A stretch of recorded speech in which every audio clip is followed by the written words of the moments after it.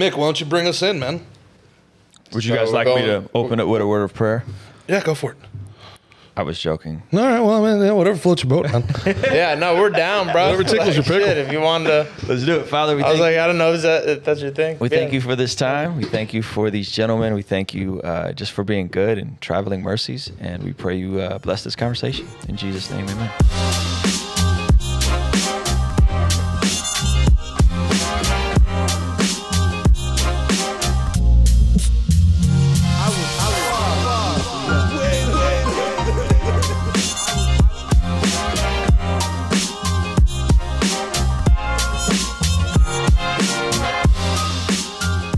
Gerard's gonna cut that out. Rub-a-dub-dub. Here, thanks for the grub. Sure he is. All right. Nah, I did. Well, we're going to get into it. We're gonna get into what?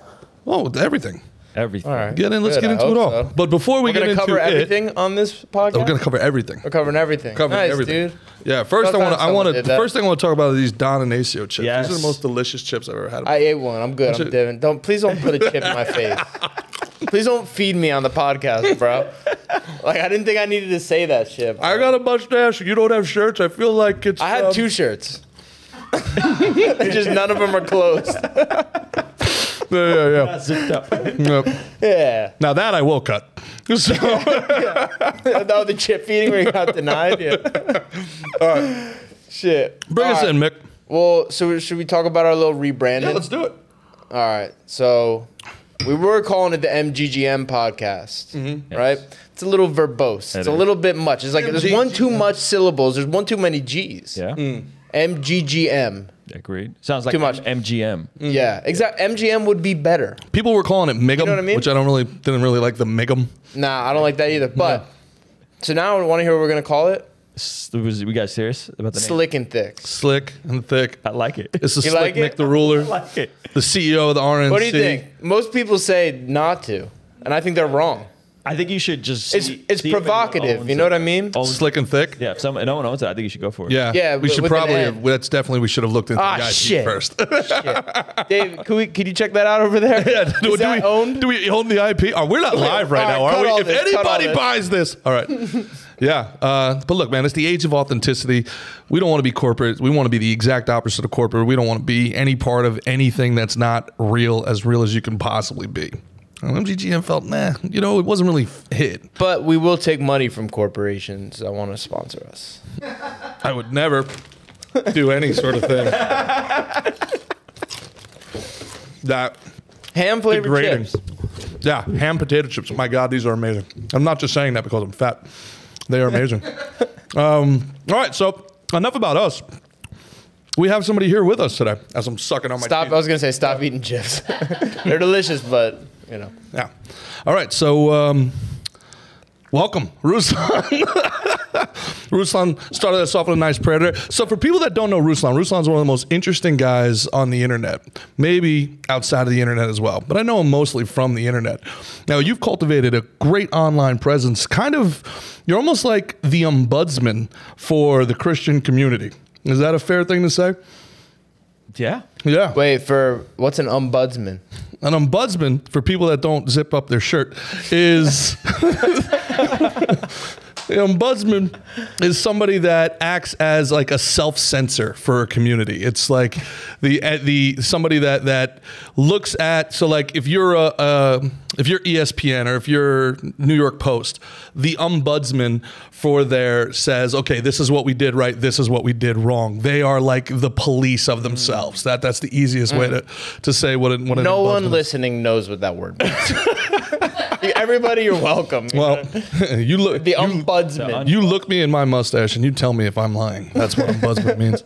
So you started as a hip hop artist. Yes. And that's where you wanted to make it as a hip hop artist. You wanted to be influential as a hip hop artist. Yes. When did you become a cultural critic?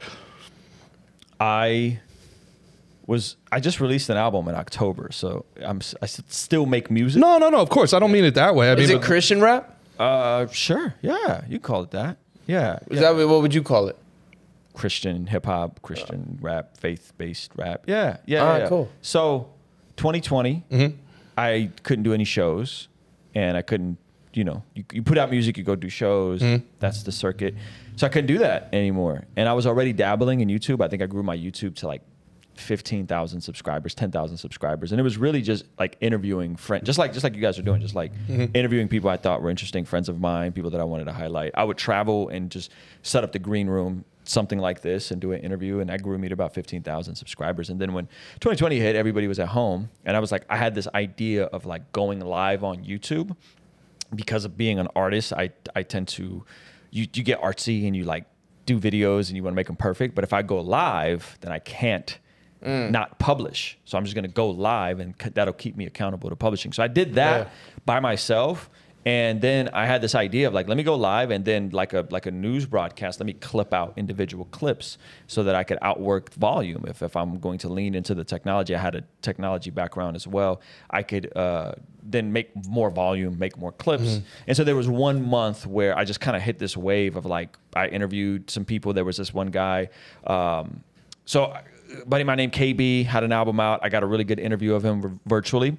And then there was another guy who... He just got a huge shout out on Bussin' with the Boys, KB. He just, the world got to know who KB was by everybody going, KB sucks. There's no way he's one of the best rappers of all time. Bussin' with the Boys, Will Compton hooked him up. Yeah, so KB did that. And then there was this other guy, oddly enough, his name is Marcus Rogers, and he was like the guy on Christian YouTube, and he did these like multiple Trump prophecies. Like he like prophesied Trump was going to be president.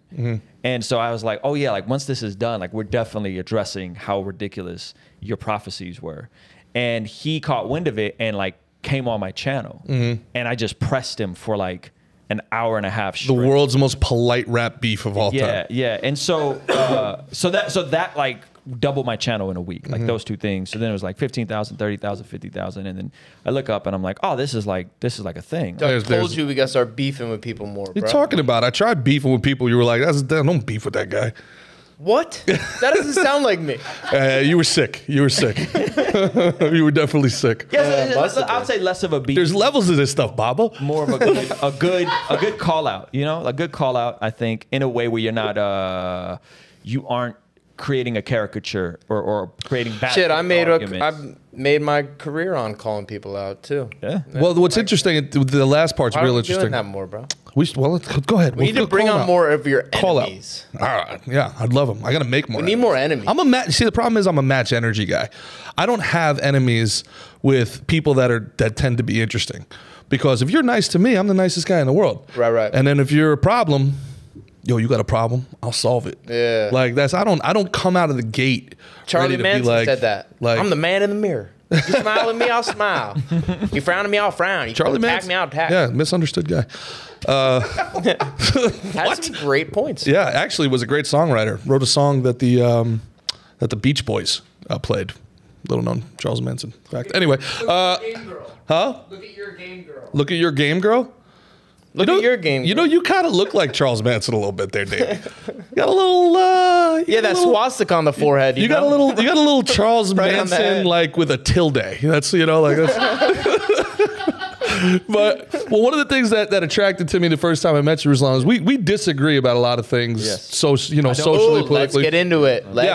But I respect your ability to have conversations with people without, as you said, turning them into caricatures and demonizing them or such. If I believe the best about you and I believe your intentions are pure, I think you get to the end of many of these discussions and you're like, oh, we're closer aligned than we think we're different. Sure. And I think we just don't see that. But it's that rational logic that you're talking about right there that makes it impossible for me to believe you're a Democrat. So it's like I'm not a Democrat. I'm so not a Democrat. Yeah. I'm not a Democrat. So we'll get into that in a second, right? So the music career that you made, right? And then similar, we have a friend, Zuby, great guy. Yeah, great guy. Same thing. Zuby went out there. Zuby, I don't think ever wanted to be and I love Zuby to death. I don't think he ever wanted to be known as like a culture warrior. He set out to be a musician. And he just thought that what was happening in the culture was insane. And he's the guy I was telling you. He's like, wait, so I just have to say I'm a woman and you guys are going to count this as a Guinness World Record? Power lift. Yeah. He's like, yeah. Well, he's like, all right, well, I'm a woman. And he does the deadlift, and he is the woman's free weight deadlift world champion to this day. Unbelievable athlete. And now Mickey's trying to get me to like do women's, I got 1 year of eligibility left in college. He's trying to get me to do like women's rugby or something like that. And That would instantly blow up the podcast. I just want you guys to know that. That's a great idea. yeah. But I mean, like, Listen, I think he's gonna blow out an Achilles playing rugby, but I also think I think with his size and strength, he could literally just stomp down the field, and like no one's taking him down. I'm surprised someone hasn't done that yet. yeah, because you feel bad for the girls, right? But Yeah, I would that's like literally, But if you were really trying to make a point, yeah, I would look at the referee. Like maybe I'll do women's I think wresling. we talked about this a little bit too. Maybe on the too much, podcast. yeah. No, we talked about it on the podcast. Did we? Like, you sure you're gonna let me do this? Yeah, like I'm looking at the referee. He's going to blow the whistle. I'm like, you're going to do this. You're going to let this happen. Like you're okay. This is going to happen. I'm gonna hurt someone. I don't know why you guys are letting this happen. So in the Christian community, when it comes to these social issues, very, very, very wide-ranging camps are being formed. The idea of what a Christian is, and like the idea of a Christian as a monolith. You know, the whole, when I was growing up, there was the Christian conservative. Yeah. And you know, you had the whole, you know, evangelical and the Christian conservative. I didn't like Christian conservatives. They were the gatekeepers of the culture. They were the people that told everybody what you can do, what you can't do. This hip hop is devil's music. And now it seems to have flipped to the other side, where now that's the progressive left. Yeah. The progressive left is the gatekeeper. The progressive left is the person that says you can do this, you can't do that. Based on your race, your gender, you can say something or you can't say something, or you can do something or you can't do something. So, you know, you're kind of in the intersection of those two things, both in the hip hop community, which has bought all in hook, line, and sinker to woke, social justice, whatever you want to call it. And you have the Christian community, which seems to be divided 50-50. People rejecting woke outright and people buying in 100%. Yep. You say hip hop's woke? Oh my God, yeah. You don't think? I don't know. Not the hip hop I listen to. Well, it's not. Well, that's a very interesting point, because it's not, but it is, right? So like they'll come out there and they'll do a song about, you know, getting money and raping bitches, and then when they're done with it, they'll be like, yeah, but capitalism's wrong, man. You know, like God, they'll have 16 chains on and they'll get out of there. I don't listen to raping bitches music. I listen to the music you listen to. You do? Oh yeah. I can't understand what any of it says, so I'm just assuming it's. I'm just filling out the thoughts in your head. Yeah. The baby. You love the baby. I fucks with the baby. I don't love I like the baby. You like the baby. I like babies. You like babies? Yeah. You like I got a baby. We got a baby. the baby? No. We have a baby. But do you have Hey, the baby? Like a child? 1-year-old. Yeah, she's amazing. Her name Oh, is very Zoe. nice. Yeah. Is it? Do you like Super Gremlin? No. No. Do you like Kodak Black? That's Kodak. So Kodak, I think You Kodak, can start a rap beef right now if you Yeah. want. Kodak's one of those guys from a purely artistic standpoint. I think it's From Pompano, right here. Yeah, that's right. He's from this area. He gets lumped in with a lot of the like mumble rap stuff, but I think he could actually rap. Like I think Kodak's No, one of he's the good. exceptions where he, I guess, he makes. I think that's just the way he talks. Yeah. He was really good on Kendrick's last album. It was really interesting. All right. I don't know enough about hip hop to really comment, but I hear Kendrick Lamar and then I hear, you know, Kodak Black, and I'm like, okay, one of these guys is clearly rapping, and the other guy is clearly mumbling. I'm saying on the record that he was on Kendrick's, like he rapped good, and it was impressive to hear him rap that good. So yeah, sorry, I didn't mean to go on. No. I mean, you tell me. Going back to your point, Yeah. you're 100% correct. Cancel culture was learned from conservative Christians, and so what's happened is there's been an inverse of fundamentalism and dogmatic black and white binary thinking on the inverse, right? It's postmodernism of something that was supposed to be like we're going to challenge all ideologies has now became an ideology and uses the very same shame tactics that we saw from the conservative. Because they're not, I don't believe that they're ever actually trying to improve society, or they actually even really have a problem with what these people are saying. I just think it's a tool. It's a leverage. Yeah. It's an ability to get people to bend the knee and do what I want you to do and get me on board. And, you know, one of the things I love about, you know, his sport, UFC, is Dana White never played that game. These guys get on the mic, they say the wildest shit, and there's no repercussions about it. I mean, Jack Del Rio today. Jack Del Rio, the defensive coordinator for the Washington, what's their name now? I don't know. The Washington. Wait, it was a Washington football team. Yeah. And they switched it up. Huh? Washington Whites. The Washington Whites. Are you serious right now? Nah, I wish, bro. That'd be dope, right? The Washington Whites. They're just the Washington football team. No, there's something. They got a No, name, like they're the Washington Commanders. That's it. Because calling somebody a Redskin is wrong, but calling the team the name of the people that killed the Redskins is fine. So they're the Washington Commanders. Yeah, that's right. fact. Yeah. The Washington Colonizers was taken. So I can't believe you're throwing shots at a Kodak. Kodak, Yeah, Kodak said, you could be I'm a the superstar. He said, I'm the shit, I'm farting. I don't know how to potty. She called me daddy, but I ain't her motherfucking father. That's awesome. That's hilarious. There's no way That dude's that he's ever awesome. said any of those words He said out loud. all those things, bro. It's like meme rap. It's like meme rap. Dude, I see. One of my favorite things about rap is like how funny it can be. Yeah. Like, ass so retarded it belong on a short yellow bus. Like, there's so many great fucking lines. Yeah. I think some of the best stuff has always incorporated humor. Yeah, for sure. An unironic, non-cringe way. Like if you listen to a lot of like Kanye stuff, like he always has like just weird bars in there. Like even his Christian album, he was like, "When I used to think the Book of Job was a job." And I'm like, this man literally opened the Bible and thought like, "Oh, they got a book of job." He put it in a rap. Yeah. Some careers in this. Past that Versace. Yeah. I mean, listen, to me, again, I'm not in any position to say because my whole thing when it comes to creating, especially when like people get mad at movies, look, anytime you make art, part of what you're doing is putting it out there for conversation. Sure. You create art and then the art is now, okay, these people like it, these people don't like it. And that conversational aspect of it is the hardest part of being an artist. Yeah. But it's also, this is what we're creating it for, to be like, okay, I made this thing. What do you think? Yep. Right? Yep. And I didn't actually make that thing. I bought that off Amazon.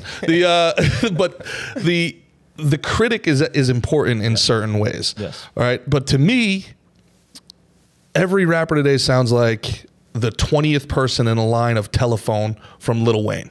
It's like it started with Lil Wayne and he whispered something to you and then you whispered what Lil Wayne says to him and then the 20th person down the line is singing to me and that's what rap today sounds like. It sounds like completely like Lil Wayne that's been put through a Brita filter 16 times. Lil Wayne had the best metaphors. Lil Wayne was great. He still is great. Love Lil Wayne. Lil Weezy. Yeah. But I mean, at the same time, when it comes to art, movies, like people have no idea how hard it is to make a movie. So what kind of stuff y'all disagree on? Let's get into that. Well, I want to talk about Jesus in a minute. Yeah. Talk about Jesus. Let's talk about, but before we get to the fighting. I was going to be fighting? Yeah. Gerard says you have some crazy ideas. Do you agree or disagree? I do have some crazy. As a Christian, man, yeah, and an artist, do you feel restricted? Like you can't say the lyrics that he was saying. You can't rap those lyrics. I used to, because you're right. There's a certain, and not because you can't do it artistically. Your audience will turn on you. I saw it happen with John Crist in the comedy world. Yes, and that's a great. That's a great point. So someone like yourself, you train, right? Like there's a certain emotion that is transferred through language. And the language isn't always literal, right? So if you're saying something just over the top, hyperbolic, like some of the lyrics you reference, like sometimes it's funny, sometimes it's a candor, sometimes it's creating an energy. And so as a Christian, yes, there is a restraint that you have because I can't say the same thing. So sometimes as an artist, it feels like you're creating with one arm tied behind your back in a genre that's like, Or kind of limited. you're limited. Even like a Jay-Z guidelines. song. Like I remember reading Jay-Z's Decoded book and he said, I found out that dudes in Wall Street would blast my music really loud. And they don't come from Brooklyn, they don't come from my background, but there was something about the energy and the way the guys that were hustling on Wall Street would listen to Jay-Z, right? And so there is something to that energy. So yes, initially I did. And I had a whole article went viral once about saying like, what's the big deal with profanity and being a Christian, right? Like I was that guy at one point. And you know what happened is I had my son, and my son is oftentimes, especially younger kids, they imitate you, And so then you start thinking like, okay, is this liberty, this freedom to say whatever I want, however I want, whenever I want to, is that actually the value I want to project on my son, and as a father, then everything changes, right? Because it's one thing when I'm responsible for me, but then when you have another human you're responsible for. So I'll give you an example. My son is half black. My wife's black. I'm Armenian, Russian, white. I wouldn't feel comfortable with him being called the N-word in a whatever affirming way, and I wouldn't feel comfortable with him saying the N-word, right? But You said in an affirming way? yeah, like some black people will say it in an Oh, right, like way, saying yeah. it like a, okay. Yeah, like a, you know. With an Like a A, friend, like with an my A, dude, Mickey, yeah. not an R. Yeah. Okay, and so like that's one of those things where I think a lot of folks in the Christian community will say that word. Black folks in the Christian community say that word, but it's changing as they have kids. Because do you really want your kids saying that? Like, do you want your 6, 7, 8, 9-year-old running around being told that, right? And so I think yes, and then I came to the conclusion of like, dude, it's I'm willing to lay down certain rights and certain freedoms, quote unquote, that I may have for the sake of the greater good and what I'm attempting to do. It's no different than fitness and training, like you talked about earlier when we were offline, right? I'm willing to lay down eating what I want so that I could have the results that I need. Yeah, but you're making that choice. So you're not giving up rights. You're making a decision. Making a decision. Yeah, I mean that's a whole. There's a very, right. but that's a very And specific. the word right is a weird word. You're right. Well, because it's under attack right now. They're trying to redefine what it is. You know, you're making a decision on what you can say, what you can't say. Sure. Well, you're not saying that nobody should be allowed to say it. Yeah. I think people should say what they want to say, right? I think as a follower of Jesus, you know, I'm told that I'm going to give an account for every word, right? Like I'm told like my mouth has the ability to speak blessings and then curse people at the same time. So I hold myself to a different responsibility, right? So when I gain certain responsibilities, I'm okay with making the choice to lay down certain rights. You know, like if I have the responsibility to lead my household, I don't get the right to just kick my feet up and like watch Netflix for a day because I feel like it. Not to say there's anything wrong with anyone that does that, but I don't have that. I give that up to be the head, the provider, the protector of my home. Are you conflicted at all profiting off of preaching? Oh, that's a great question. Well, I don't really profit off of preaching, right? Like meaning like Well, you communicate through the Christian community. You vibe into that niche. I mean, you take other preachers to task all the time. Some of your most popular videos are, and I tend to agree with a lot of those videos, are calling out some of these guys with their nonsensical stuff. Yeah, I would say I'm being a thought leader in a specific niche. I don't feel conflicted about that. But the videos are monetized. The videos are absolutely monetized. Yes. So no, I don't feel conflicted about that because I think we need it. I think there needs to be a time, like you said. I mean, you articulated it. It's always interesting hearing how other people perceive what you do. I think you articulated it brilliantly. We need checks and balances because ultimately, when people think Christian, they might think a charlatan. They might think someone. I have to be frank, and I have a lot of friends that are Christians. Sure. And the Christian community is very interesting to me, and I'd like your opinion on this as well. I tend to like people that go to church. I tend to like God-fearing people. I respect them. I grew up a Catholic, grew up going to church. My parents are very religious. My grandmother was very, very religious. I find people at the top of religion to be just as bad as politicians. I think that they're sharks. I think that they are charlatans. I think that there is a remarkable amount of graft and corruption, and I don't think it's ever addressed. I always think it's excused away. And it's been my experience, unfortunately, that people use religion either as a weapon or as an excuse for their bad behavior more often than they use it to improve the communities around them. Preaching, bro. You could come on my channel and say that. Well, I mean, that's I think that's an accurate. You agree with that? Yeah. Because here's the thing. I don't think everyone starts that way.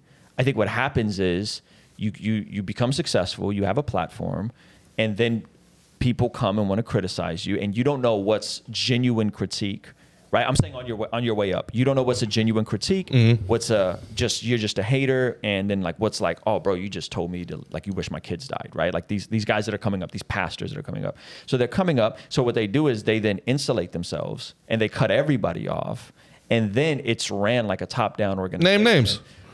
Stephen Furtick. Okay. Started out 10 years ago, went to Southern Seminary, biggest church in America. They did $90 million last year in revenue. Okay. started out going to Southern Seminary. Genuinely, I think was trying to help. And the more successful he got, the more insulated he Stephen got. Furtick, is he one of the pray away the gay guys? No, Elevation Church. Okay. Massive church. He's more on some. Who's the one out in L.A. with the fellowship? Was it? I don't know who you're talking about. Oh shit, David, can you look up L.A. Chris Pratt, Justin Bieber, that fellowship? Are you talking about Hillsong? Is it Hillsong? Hillsong. Yeah, that's another example. I mean, Hillsong, they just had a massive scandal come out, docuseries. These guys start out wanting to help. Genuinely, I think trying to lead to what I say we all agree on, Christian, non-Christian, atheist. I think we all agree that human flourishing is what we all want. We all ultimately want humanity to flourish. And I think these guys start out believing that and thinking they're adding a net positive to the world. And as you build an institution where, there's no elders, there's no one to check you, you get to write your own ticket. And then there's so many people that then depend on you. You're talking about hundreds, if not thousands of staff internationally at some of these institutions. I think it becomes very difficult. And so I think it's a slow drift. And then before you know it, you're like, whoa, I'm basically a CEO of a church, and absolute power absolutely corrupts. And then bad things happen, you know? And so we saw it with Hillsong, Southern Baptist Convention, which is the biggest, technically like second biggest denomination, biggest evangelical denominations. Catholics are actually the biggest denomination. They just had a massive scandal come out. There was a lot of like this culture war stuff happening. And then it felt weird because they were like, you guys are electing liberal officials and this doesn't make sense. And people are like, we're not, what are you talking about? Like, we're not liberals. We reject CRT. We reject all these things. And then what came to find out was that they had massive scandals, sex abuse scandals. And people were like, why can't you hold these folks accountable, right? And because there's like autonomous churches, but they're under this SBC umbrella. Long story short, they found out that not only did they know, they had a list of 700 pastors with credible sex allegations that they hid and moved them around. Yeah, that's the Catholic Church blueprint for 100 years. And that's the only example that's one of the examples where I can see that, it was flawed and was obviously messed up and wrong. Right in Jersey, Carlton McCarrick High School had to shut it down. Man, I mean, that stuff was happening like crazy. You know what I mean? But the only other example I can think of is like Godfather 3 with the corrupt whoever that guy was. Well, listen, if we want to get into the Vatican, Pope, I mean, now we can get into the whole. All that I mean, we can. Stuff, I mean, they had wars for profit. I mean, Martin Luther, the Reformation, how that started was they were literally selling tickets to heaven. Yeah, they had indulgences. Yep. And again, so the Vatican today, begs for money from people every year. They could sell one painting a year. One painting. If a Mickey Mantle rookie card is worth $2 million, what do you think an original Michelangelo is worth? They could sell one painting. $1 billion. They own all those? Yeah, we don't even know what they own, what they have in the Vatican catacombs. I went to the Vatican and like saw the Sistine Chapel in person. Pretty nice, right? Beautiful. Yeah. Beautiful. Yeah. Pretty nice to have their own country within a country. And they own a ton of real estate. Yeah. But again, absolute power absolutely corrupts. I don't think that's a respecter of if someone is a person of faith or not. Okay, but they're the leadership of the faith group. Yeah. So if they are lying about something as simple as if they're hiding pedophilia, why should I listen to anything else that they say? That's a great question. Bad apples. That's a great question. I mean? Yeah. So the question would be, But go ahead. You're right, but it is more the top of the thing. Yeah. Like, do bad apples corrupt the institution, or is the core and the fiber of the institution still intact? Right. So this I guess this could be a segue into some of the culture war stuff. Right. So right now we're having Christians are crazy right now about the public school system. I'm no fan of the public school system. Anybody that knows anything about the public school system. Yeah, it's whack. Yeah. My son is homeschooled and he crushes. My wife, was a teacher before we had kids and stuff like that. And so I don't like the public school system. We don't participate in it. Right. However, and to be clear, on my channel, so your wife used to be a teacher? She used to be a teacher at a Christian school. Gotcha. And now she just works for you? she doesn't really. That's some real old school white guy shit, dude. I mean, that's like some 200, 300-year-old white guy She does stuff. our accounting. She does like all the payroll, and she oversees it and stuff like that. He's powering through it. He's not even acknowledging that. Keep going, buddy. Keep going. Well, because it was like a racist joke, but about me being the racist. Oh, you picked up on that, huh? I'm not the bad guy. It's this guy. Me as that, right? So, no, she oversees our payroll. She does all the payroll and stuff like that. Gotcha. And so before that, she was working at the city, and she was working as a substitute teacher at Tri-City Christian High School, middle school in Oceanside, Vista, California. Long story short, we homeschool. We love homeschools. So here's an example, right? I don't like public schools. I don't like that. And I think if you look at libs of TikTok, it's clear there's some wonky stuff going on. Yeah. And I've called it out, right? I've called out some of this stuff that's just bonkers and stupid. However, I don't know if because people on the fringes or people in power do goofy stuff, that then discards the entire institution.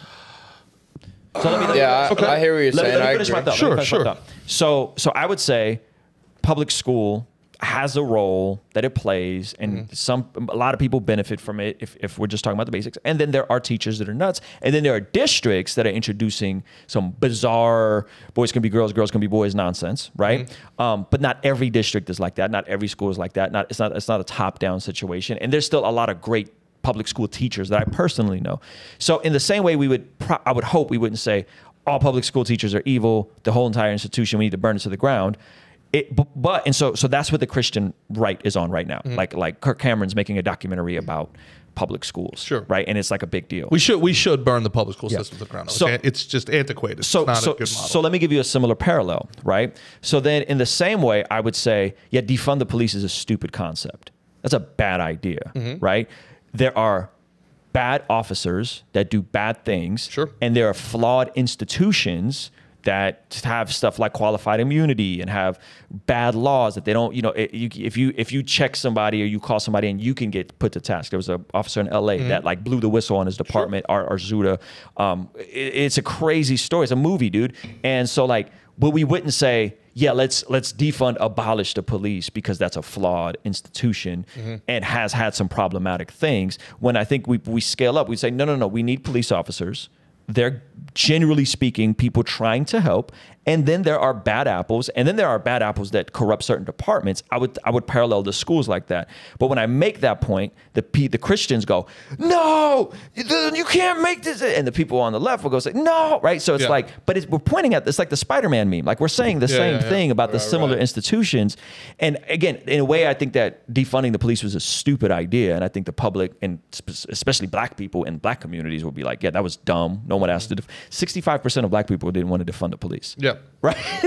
That's a real stat. So I think it's that over there progressive, right? It's the progressive that lives in the suburbs and, in a $500,000 home that goes, oh no, let them get out on bail. They're not bothering anybody. Right. And the people in the communities where the crimes are happening go, what lady? We need police. Well, and then let it come to their door though, and watch how quickly. 100%. I mean, every single person that calling for gun control right now in Washington walks around with a 4-person armed security. Yeah, the hypocrisy is ridiculous on every front, right? So that's not good. So and in the same way, we've become so numb to hypocrisy that people just think it's okay, and it's not okay. Yeah. So in the same way, like I understand we're very fortunate to get to homeschool, right? So I tell Christians like, dude, if this matters to you, build your life in a way where you could afford to have one person stay home, raise the kids, and do it if this matters to you. And then that ties in. But now you have to do something, right? Yes and no, because that's like the people that are like, if you don't like gas prices, just buy a Tesla. It's like, okay, yeah, I mean, yeah, it's a good, like, if I find an extra 75 grand, I'll do that. Yeah, thanks. But well, again, what's your value system, right? If I do want a Tesla, I drive a Prius right now. I know that probably makes me sound super soft, right? That's okay. Kodak Black's probably driving a Prius right now. Yeah, I don't say that in like a flippant way. I'm just saying it's not unimaginable to build a life in America where one person provides and another person takes care of the home. That was the middle class dream. That was the way it was supposed to happen. And unfortunately, the middle class has been under assault for 20 plus years.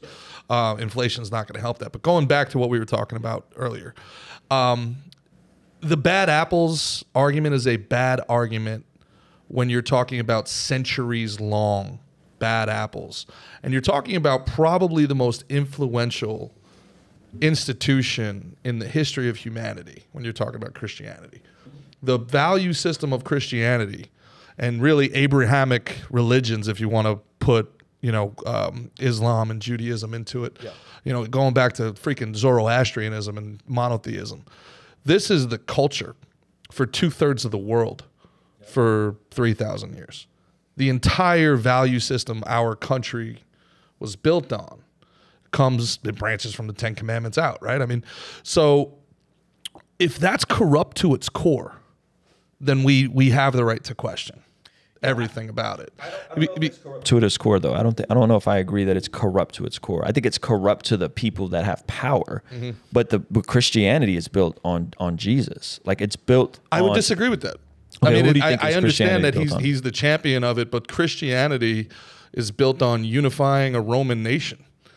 I mean, Christianity is a political movement. Well, let's back up for a second. So, a Roman nation, Ethiopia and Armenia were the first churches. Ethiopia, Armenia, India. Those they branched off way before it was used as a political tool. The first Christian. Yeah, the first Christian nation was not Rome. Correct. Yeah, so the first Christian. Was Paul, right? Is that correct? Paul wasn't the first Christian. Who was the first Christian? The first Christians were the guys, the disciples. Yeah, the disciples. But Paul was a Rome. You're right. Paul was a Rome. Yeah. A Roman.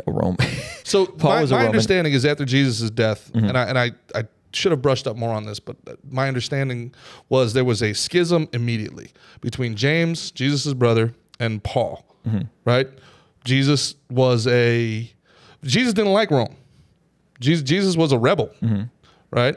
And James wanted a more fervent, hardline, anti-Roman version of Judaism. And Paul wanted a treaty with Rome.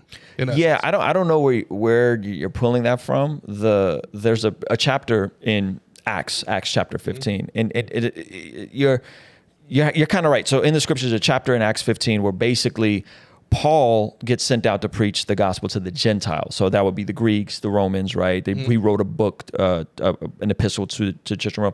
James, Peter, all the other guys, there was this council. And so Paul came back and said, hey, all these guys are getting saved, they're getting converted. And some of you guys or some of your followers were telling them they have to get circumcised. They were hardliners. They were what would be considered hardline extremists. So in Acts 15, that was settled.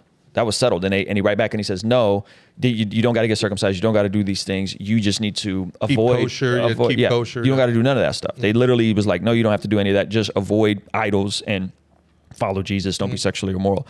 So the new folks that were crafted in, they weren't that. And that's clear as day in the scriptures. There's an entire book in Galatians. Well, when you talk about the scriptures, you're talking about canonical. You're not talking about the agnostic text. You're not talking about. You're talking about the Gnostic text. Yeah, the Gnostic text. Yeah, the Gnostic texts were thrown out, hundreds of years before that was even a conversation. Because of the Council of Nicaea, though. No, the Council of Nicaea settled the divinity of Jesus. The Council of Nicaea had nothing to do with the canon. That was already established. The Council of Nicaea did not establish the canon was already around. They already had those books, and there was other accounts. There's the Gospel of X, which they say the other writers pulled from those records, right?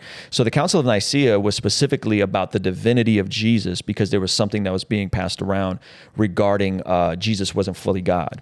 And so what they came together is they rejected that notion. They said, no, Jesus is 100% God, 100% divine.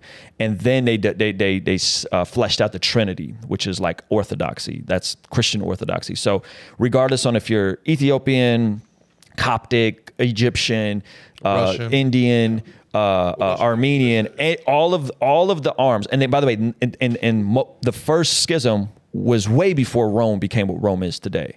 The first schism, these folks still hold to the same essentials of the faith that I believe. Jesus is God. Jesus bodily rose from the grave, the Trinity, so on and so forth. They have some different views on sola scriptura. They have some different ideas of that. But generally speaking, it's the same exact faith. If we go to Armenia right now and we ask an Armenian, Derhair, what do you believe? It's the same stuff I believe. And the Catholics, they got some other stuff with Mary, but it's more or less the same core essentials, and then it's expressed differently. So in light of what you're saying, like there hasn't been a bunch of Armenian scandals. because there wouldn't be an Armenia if it wasn't for the Armenian church. We didn't have a written language until they invented one to translate us the Bible, right? So my lineage comes from very little of corruption of it's like there's politics, but it's not what you're describing. If you go to Ethiopia, And you survived genocide. yeah, and we survived genocide. If you go to Ethiopia, Well, I don't know if that's Stank Erger would agree, but the Ethiopian church is one of the few places that didn't get colonized in Africa, mainly because of how tight-knit their culture became as a byproduct of Christianity. So I think when people are speaking about this, they're really just speaking about like Catholicism and Protestantism, which is very flawed. And Protestants just kept protesting. That's the whole point, right? So it's like Protestant, we're just going to keep protesting. And every couple hundred years, there's a new denomination and a new protest about something else, some other trivial thing that... Well, I mean, Protestants were created just because a king wanted to get a seventh divorce anyway. So I don't know if I would simplify it like that. Protestant, I mean, I don't think Luther was trying to start another sect. Like, I don't think Luther was out here. I think he was genuinely trying to reform the Catholic Church. Well, that's different. That's the Reformation. I'm Yeah, talking the Reformation. about King Henry created Protestantism, correct? No, Luther, but the Protestant Reformation is Martin Luther. When King Henry, David, can you pull up King Henry split from the church, created the Church of England? It wasn't the Martin Luther thing. I think we talked about this once. Wasn't that like kind of ignited with a defenestration? A defenestration? It was one of my favorite words. Yeah, I like that. The Help act me. of someone being thrown out a window. The defenestration of Prague, I think it's called. There's no, an look that up actual too. word for but there's a throwing word someone for chucking someone out a window. That's gangster. Defenestration. Yeah, it's one of my That's favorite gangster. words. You got to make it. There you go. That's your homework for the evening. You got to create a song called Defenestration. Defenestration. Yeah, Yes. man. So it's like the 95 Theses. He nails them on the door, and he's like, "You guys are out of your mind. This stuff is wild. You can't charge for indulgences. You can't charge people to have their sins forgiven. You can't say, all these because people would just pay and then all right, your sins are forgiven. Yeah. Or you can, like, buy your way to heaven. It was like having coupons. It was like having a heaven coupon. You can book. buy Alright. ways. You can buy your dead relatives' way Into heaven. It was weird, man. And so Yeah. he was going after Rome and saying, "No, let's fix this." And then Rome was like, "Yeah, no, go F yourself." Yeah, Yeah, we want that money coming in. Yeah, and then that's how the Reformation started. The Protestant Reformation was a byproduct of Luther, and it was also the time when the ink press was brought over from Asia. That then we can print the Bible, and Luther helped translate the Bible. And so now you can read the Bible. I can read the Bible.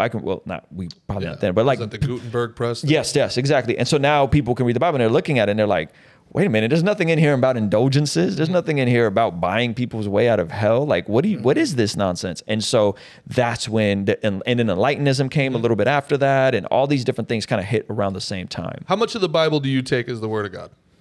I think the Bible's the inspired word of God. The whole Bible? Yeah. Word now, for word? Now the question is, how much of it do I take literally? That's probably a better conversation. Sure. So let's sodomy. What about as a sin against God. So does that mean that all gay men are sinning against God? So that's a great question. I believe anyone that isn't in a covenantal marriage relationship, anything outside of that is sexual immorality. So like my view of that is much more narrow than sodomy.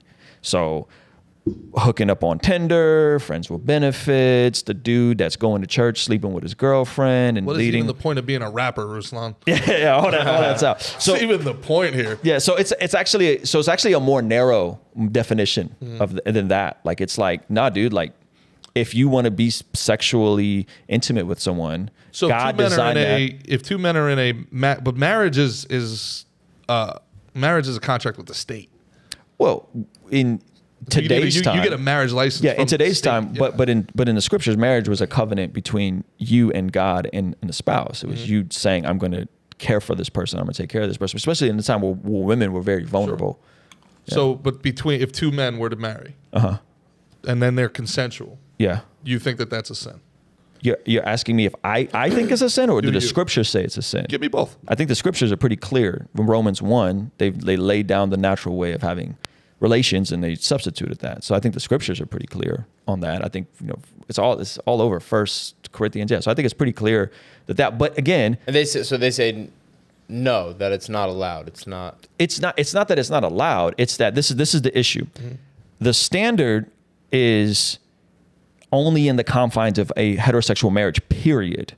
To right? have sex? To have sex. Jesus said, you've heard it was said, don't commit adultery. Oh yeah, I tell you, if you look at a woman lustfully, Yeah, you've don't committed covet your adultery neighbor. in your heart.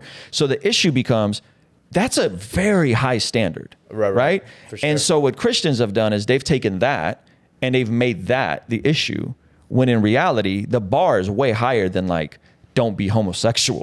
Yeah, but I mean, but Yeah, so don't even be looking. Yeah, don't even be looking Yeah. at someone that's not your wife in a way that's covetous. That's in the 10 Commandments. Like, don't covet your neighbor's wife. sure, right? but at the same time, right? We're all made in the image of God. Yeah. So do you believe people are born homosexual? I think people can be born So homosexual. if people are born homosexual, then it's their cross to bear for their entirety of life, not to have carnal relations. If they choose to do so. So I they- don't have an authority over what a homo like. I don't have an. But the authority idea is that- like if then are they, in your estimation, will the gates of heaven be open to them? I don't know that. I don't speak on people's eternity. I don't play that game. I don't know. I have no idea. Right. So because again, so let me clarify it this way. The standard is don't look at a woman lustfully or you're an adulterer. The standard is don't hate your brother or you're a murderer. Right. So based on those two standards, every man in this room, with the exception of my 7-year-old, is a murdering, adultering sinner. Yeah, I mean that's nonsensical to a certain degree, though. Isn't It's it? nonsensical until you understand the holiness of God and how different and otherworldly God is in comparison to our finite nature. That sounds like he's petty. Doesn't sound like he's. I mean, you could say it's petty, but it's like, hey, Sounds very strict. It's it's like- strict, holy, Yeah. set apart, different, right? Yeah. So again, so if the standard is that, petty God is my second least favorite of the Christian God. Vindictive God is my least. If you do this, the wrath of God will. So no. But check this out, Gerard. So the standard is that, and then he goes, okay, look, you guys aren't going to be able to figure this out. It's just you're just not. This is you're not. I'm a holy God, and you guys are flawed. So therefore, I'm going to deal with this issue of sin. And I'm going to figure out a way for us to be back in relationship together. And then Jesus comes, lives the life we couldn't live, dies the death we should have died on the cross, bodily raises, and he deals with the issue of sin, the consequence of sin. And then he creates a pathway for us to be in the presence of God because he covers our sin and gives us new hearts, new desires, born again, the things I used to hate. I now love. Church, God, reading the Bible, used to hate those things. All of a sudden, I started liking them. The things I used to love, sexual immorality, fornication, porn, all those things I hated. Sure. Right now I hate. There's like Ezekiel says you'll have a new heart. I'll take your heart of stone. I'll give you a new heart. So in terms of any sin, we're talking about a Jesus that dealt with all sin on the cross and is asking us to place his faith in him. Right. And then you become conformed to the image of God over time. So when I first got saved, I still kept looking at porn. It was really hard. Now, that's not a variable for me. It's not a factor for me, right? When I first got saved, I would... You're having a very serious conversation. I appreciate it. But I do just want to state for the record that you did just say you were looking at porn and it was very hard in back-to-back sessions. Which I do agree. It was hard. I was hard. And And, hence your 2 kids. and then all of a sudden, like I saw nothing wrong with this. Something happened. Something supernatural happened. And then over time, I stopped looking at porn. And it became easier and easier, right? And so I think that's the part where I think people think that God is this petty God. No. He's saying, look, I'm holy, you're not.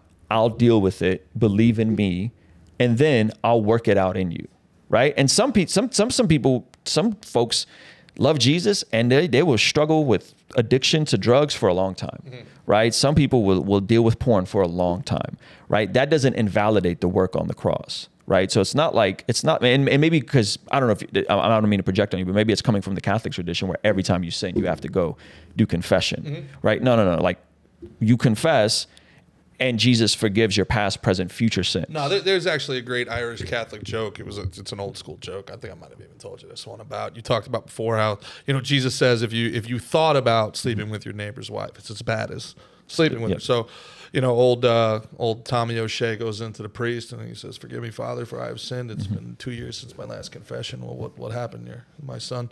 "Well, I saw my next door neighbor, Maggie O'May. She was bending over outside doing the laundry, and I thought about having my way with her. And well, my son, it's as bad as doing it. If you've thought about it, you've sinned in your heart, and it's just as bad as if you had sinned in the flesh." He goes, Wow. He goes, all right, well, 25 Hail Marys and put $20 in the donation box on the way out, and I'll absolve your sins. Fair enough.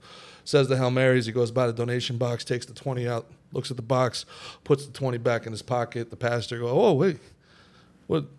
Why didn't you take the 20 and give the donation? He goes, well, Father, I thought about it. And that's, according to you, just the same thing as doing it. So I think we're good here. Yeah, what's your thoughts on this, Mick? What's your thoughts on kind of organized religion and the idea of Jesus as God? I don't know. I guess, and I grew up Roman Catholic, and but I guess at the end of the day is I don't know. You know what I mean? I don't know. I'm not made up in either way. I keep an open mind. Kind of. I have no doubt whatsoever in my mind or in my heart that there's a God, that there's a universal creator that created this. If that's the case, my biggest problem with Christianity, Islam, Judaism are the contradictions. Okay. Right? So if we're made in his image, just going back to the homosexuality, I've got family members that are gay, great people. This idea that they're born in sin and they're living in sin, if they're made in God's image, then wouldn't it be logically consistent to assume that part of God is gay, or that God created this purposefully? I mean, anybody's ever seen a duckbill platypus? Like, that thing had to be created purposely. There's no way that thing. Well, where do you believe original sin plays in the equation? I see. The thing is, like, I don't believe if we're really made in his image, I don't see the universal creator of the universe being this petty and down to this minutia. And I think that it's like very, very simple, right? Like when I look at even the 10 Commandments, or when you look at the Quran, and these are ways to not get killed by your neighbor in ancient times. Like, look at my wife and I'm gonna smack you in the head with a rock. Like, these are like rules for life to live by. These are ways to survive in very, very violent times. These are ways to be cordial. It's the same thing as humans evolved, like chivalry. Like, people talk about chivalry's dead. Chivalry was a real set of rules that kept people from getting killed all the time. Like, there was a real set of rules. It was like, when we get together and this army and this tribe come together, you're gonna set your gear over here. You're gonna shake with your right hand because that's everybody's sword hand. You're not gonna look at a woman. You're gonna bow because that might be the wrong guy's woman. And shit would really, really pop off. So chivalry wasn't about just guys being nice. It was like, dude, if you don't follow these rules, shit can go down at any second. I look at that. I look at the 10 Commandments in the same way. But even when I look at the 10 Commandments, right, what's the first commandment? Don't have no other gods before me. That's petty. I mean, it's petty until you look at the history and the context. I'm your only boo. Don't look at no other boos. I'm the only girl. So check it out. So at that time, that's pimp hand stuff. It was written to a people that were polytheistic. And you would go, oh, what's wrong? They want to worship golden calves and whatever, right? Well, what happened was there was a god that the Canaanites were worshiping named Molech, right? And this god of Molech, you guys know what they did to the god for the god of Molech? No, but isn't that who Hillary Clinton still worships today? That's the punchline, right? The god of Molech, they would offer babies as sacrifices to the god of Molech. So there's a tie-in to like pro-choice and the god of Molech, right? That's a whole nother thing. But so these foreign gods weren't just like, just like make a statue and just no. There were specific things that they did that would impede on, again, human flourishing. They would impede on their desire to recreate, to reproduce, to flourish on this side of eternity. So it wasn't like God was being petty. It was like, no. If you go down and worship these other gods, they're going to get you in trouble because they got some wild stuff that they're into. Right? So the god of Baal, the way they would offer sacrifices, these weren't inconsequential things. These were actual gods that they had to do things for. And that's why, hey, and on top of which, like, if there's only one God, like if I'm your father, Levi, don't call any other man your father. I'm your dad, right? So if I'm the creator, what are you doing chasing ghosts for? What are you doing dabbling with this nonsense for? I'm your guy, right? If I'm my wife's husband, don't be flirting with anybody else. No, I'm your husband, right? So I don't think that's as wild as we think we are. I think there's a healthy jealousy that we have, and it's from a place of boundaries, right? It's not from a place of being petty or malicious, right? As a husband, don't look at my wife, and my wife knows there's a certain way you are to respect me as well as I don't speak to females. Like, I don't do that. Like, I don't have girlfriends. I mean, maybe you guys, I don't have like social female friends that You don't I have any social I don't female have friends? any female friends. Not a single one. I have acquaintances. I have friends that are like family friends, like, oh, that's my buddy's wife, or like, that's my wife's friend. But I'm really trying to think. I mean, I may have acquaintances with like music stuff, but no, I don't have any like girls that I'm like, hey, like, happy birthday? Like, no, I got a woman's pastor at our church that like, it's like a mother to me. She's in her 50s, but no, I don't have any female friends. Do you think women should be priests? Pastors? Do I think women should be priests? Yeah, should they lead congregations? So a pastor, elder, it depends how you use in a word. So there's a couple different definitions. Well, I'm not a biologist. I'm going to say somebody who identifies as a no. It's a great. Should Zuby be allowed to? No, not. It's a great question. So the women pastor thing. If we're talking about the pastor in the sense that Titus and Timothy says the word pastor, elder, that is an overseer of a local congregation, right? I think women could do everything in a church. I think they can lead worship. I think they can preach. I think they could teach. Nothing before the butt matters. I think they can do everything. However, I'm not going to use the word but. I'm not going to use the word but. I think the title of overseer of a local congregation is reserved for a man. I do believe that. Why? Because that's the way God laid it out. That's the way it's laid out. So that doesn't mean that they are less. It's. Have you ever heard of complementarianism? No. Complementarianism is the idea that men and women are equal in dignity, in value, in worth. However, we have different roles, right? And so a lot of the stuff you're probably hearing from like the red pill manosphere community, it's borrowing from Christian complementarianism, so that I'm stronger than my wife, substantially stronger, right? My wife, though, is stronger in a different way in that she pushed out two humans out of her, right? So we're both strong, but we're strong in different ways. We both have value, but we're valuable in different ways, right? Like Which is something I believe in. Yeah, I don't think anybody. So then just that which is common sense when we say really it out think loud. about it, and that's one of the feminism, for all the good that it did for a long time. I think now trying to replace. So feminism pushes egalitarianism. That's the opposite. It does and it doesn't. It does and it doesn't. It's phony egalitarian. It's yes, agree. It's almost cronyism in many ways. Yes. So in the same way, we would say men and women are different. That's good. God designed it that way. In broad strokes. In broad strokes, right? Not one for one, but in broad strokes. And then we would just apply that same thing to running a church institution. We would say men and women are different. Women have value. They can do stuff in the church. They can teach. This is my position. I'm not speaking on behalf of all Christians. However, the head is reserved for a man, and then we would do the same thing in a marriage. We're equal. However, if it were to ever come down to a trump card, I would have the trump card as the head of the household. Never comes to that because I think I'm a pretty dope husband that I don't have to like woman. Like I've never had. I think I've did that once or twice in my entire marriage. That doesn't really come down because if you're a good leader, I don't have to remind you that I'm a great leader. I just lead, and then a good leader listens, right? In any organization. It's the same way in a marriage, the same way in a church. So yes, this would be complementarianism. It's under attack right now in Christianity. But I think it's congruent with scripture. And I think it's congruent with common sense. When is a woman going to have time to go plant a church if most women need to have children before the age of 35? Most churches get planted under the age of 35. How does that work? You know what I mean? And I'm not saying there's not exceptions to the rule, but, so it's like this whole idea of like, you need to go get your education and get a 4-year degree and run up $100,000 in student loan debt. Why? Oh, because, you're empowered. And then what happens? Well, then you get married at 30. And then what? And then you have kids and don't work anymore. Like, that doesn't make any sense, but that's what's being preached to women nowadays, right? How many women do you guys know that went to college, got degrees, got a bunch of debt, and then settled down and want to have families, and it either couldn't, right? I mean, this is very common that I'm seeing. I don't know if you guys see it. Yeah. I actually pretty much reject the idea that women seem forced to either have to choose between having a family or a career. Yeah.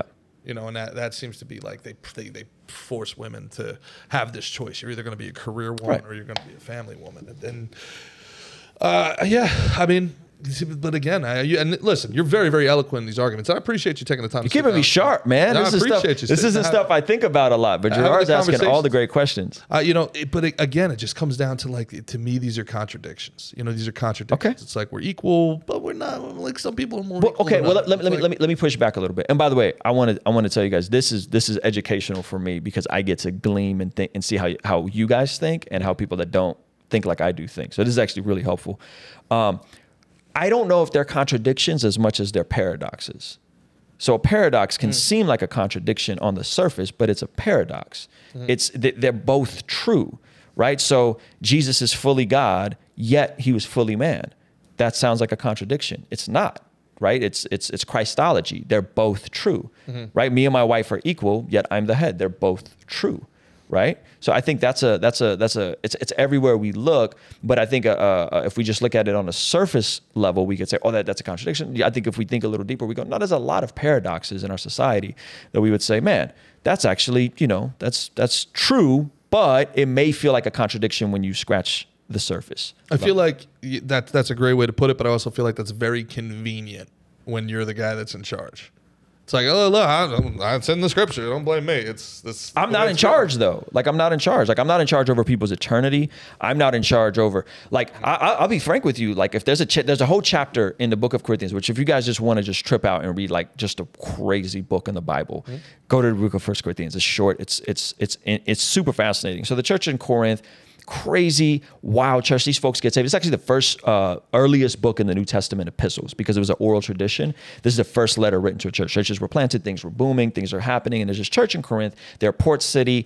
It's the nightlife. It's metropolitan, a lot like Miami. Well, and just real quick before we move forward, when you say churches are planted, what do you mean? That means Paul or Peter or James or Thomas. Like Thomas and Jude planted the church in Armenia. And that's where my tradition comes from, the Armenian church. Mark, who wrote the Gospel of Mark, he was close with Peter. He went and planted the church in Egypt, right? So different folks, doubting Thomas. So different folks went and planted churches. They proselytize. Yes. Excuse me, Bartholomew planted the church in Armenia. Thomas planted the church in India. So they go out and they preach the gospel, and then they plant churches, and they start as Bible studies, and then they grow. And so the church in Corinthians, right? Wild town, to the point where Paul is writing them and he's like, it's like a nice sandwich, right? It's like, you guys are great. You love Jesus. It's awesome. Like first chapter, then chapter 3 is like, you guys are kind of worldly and you're carnal. And then chapter 5 comes around. This is the gnarliest chapter, I think, in all of scripture. And he goes, okay, like you guys are sinning in ways that not even the pagans are sinning in. He says, because a man in his church has his father's wife and you're okay with this. And you're tolerating this, and you're not tolerating. You're celebrating this. You said a man in his church has his father's wife. Has his father's wife? He's smashing his father's wife. So we don't know if that's a stepmom or his bio mom. Either way, pretty wild for that to be happening in church, and the church was okay with it. So he's rebuking them. Chapter 5, rebuking them. Read this. It's nuts. And so he goes on to say, and he's like, I wrote to you guys in my previous letter, like, don't associate with people that are sexually immoral. I wasn't talking about people in the world. This is Paul's letter. This is Paul's. Yeah. He said, I wasn't talking about people in the world, because then you wouldn't be able to associate with anybody. I'm talking about people in the church. Don't associate with the brother who is sexually immoral, who's sleeping around, who's doing this stuff. Don't associate. Cancel him. Don't eat with such a man. Original cancel culture. Literally. Although in fairness, if you're going to cancel somebody, but check this out. He says smashing his mom might be. Yeah, they're pretty bad, right? But check this out. He's like, don't eat with such a man. Also, judge not lest ye be judged. We don't know. I mean, what she look like? Whoa. What's he allowed to say? So look, he says, don't judge folks outside of the church. God's going to judge the folks outside of the church. You worry about judging those inside of the church and keeping the church holy. You worry about that. So expel the wicked from among you. And then he goes and says, hand him over to Satan so that maybe if he falls on his face, he'll come back and he'll get his senses right. So this is a church that is, I think, substantially worse than anything we've seen in America, right? And he's telling them, like, expel the wicked from among you. And by the way, hey, don't judge people in the world. That's really not your business. Your business is judge those inside the church. So when like any of these issues come up, I'm like, dude, like it's really not my business. Clean your own house first. Take care of you. Clean your bed. Was it Jordan Peterson? Yep. Do your bed. Make your bed. 12 steps, yeah. Yeah. So I think that, to me, should be the posture of Christians. Hey, we need to make sure our house is clean. We need to make sure these churches are healthy. We need to make sure that we're actually caring for the widow, caring for the orphan, which is what James, the brother of Jesus, said true religion is. We need to make sure that we're caring for the least of these. All these other peripheral issues, man, that's not my business. Like, it doesn't matter. If you ask me, like, well, is the standard of Scripture? I would say, yeah, and more. The standard of Scripture is, yeah, that's off limits. And a lot of stuff is off limits, right? And so whether it's profanity or whatever. So I think that's the part where just people miss it, and they think that, like, I'm here to, like, be the world police. Like, it's none of my business what folks who aren't Christians do. It really isn't, right? It's like, we could talk about, like, is this going to cause flourishing or not flourishing? Is it beneficial? Is it not beneficial? Right? But it's really not my business what people do in the privacy of their own homes. That would have been a message, I got to tell you, Ruslan, that if I had heard that message 30 years ago, the church would have been way more attractive to me. Yeah, it's unfortunate that we don't talk about that. It's a chapter in the Bible. It's literally a chapter in the Bible. It's like, the judgmental nature of it was always the biggest turnoff to me. And I'd see people that, you know. And let me just add to that, Gerard, because what's happened is we've done the opposite.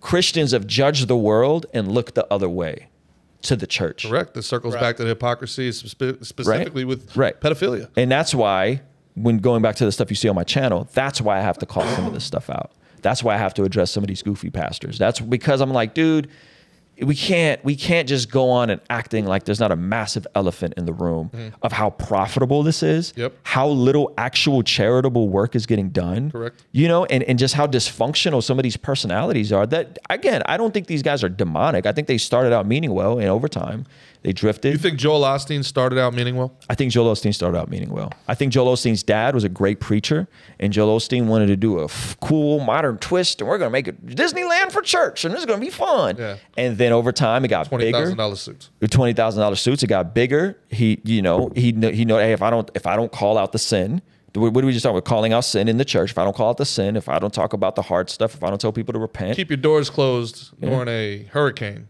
Yeah. Your own constituents. Schmuck. Total schmuck. You know? I don't know how you continue going off like that. And so I think Joel Osteen, I think, is someone that drifted over time and became so insulated that now he fights YouTube ad copyright strikes with Christian YouTubers because they did a critique of his sermon. This is happening to my buddy of mine. They have to provide proof that they're going to take him to federal court in the next 10 days or they got to drop the claim. Like, that's how petty Lakewood Church has gotten. He's going after Christian YouTubers overreacting to his sermons. I think the dude is totally checked out. And it's sad because I don't think he's meant to be that guy. I just think this is what happens when people become powerful and insulated. Nick, what do you think about the fighters that use God as that's a great question. Their excuse or the source of their strength while they're committing violence against other people? Just I don't know. I don't think I think death with your hands, and the first thing you do is I got to thank God. Thank God. I mean, I don't look at it that. I guess it's not like they're going beating up some random guy on the street didn't sign up for it and is like, thank God, thank you God for letting me whoop his ass. You know what I mean? It's like everyone signs up for it.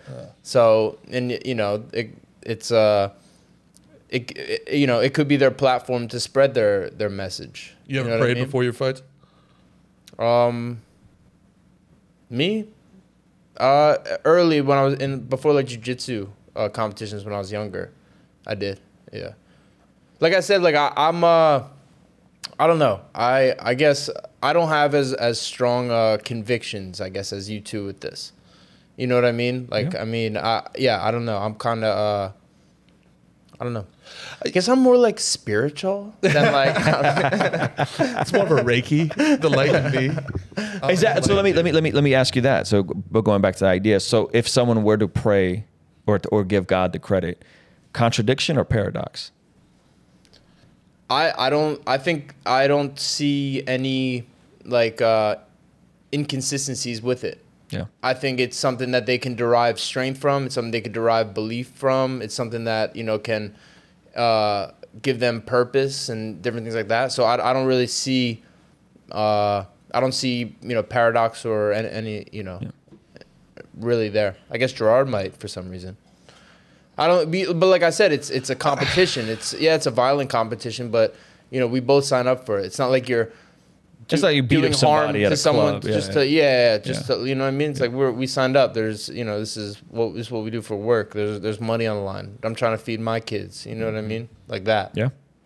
Yeah, I don't know. Again, I'm just a cynical prick, I guess. But the you know, everybody's always giving glory to God after they hit the home run. I've been in a lot of dugouts. I never saw anybody thanking God after a strikeout. Not a one. So, you know, You've never taken an L and then been like, I'm glad I took that L. That wasn't for me. Thank God. You've never felt that way? I have any fucking idea how many L's I've taken in my life? I mean, I've taken a lot of L's too. Any We're in our gratitude I 30s, had dude. for the L's went out like, oh, I'm so sorry, Levi. Yeah. You're Yeah, you've taken. Yeah, I think we've all taken L's, man. yeah, but I've never been like, good L.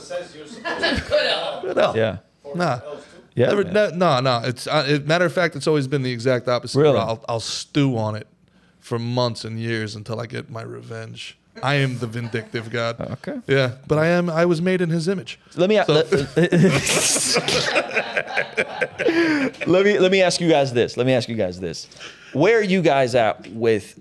I think the cornerstone of what I believe isn't the Ten Commandments. It isn't the church. I think the cornerstone of what I believe is the bodily resurrection of Jesus.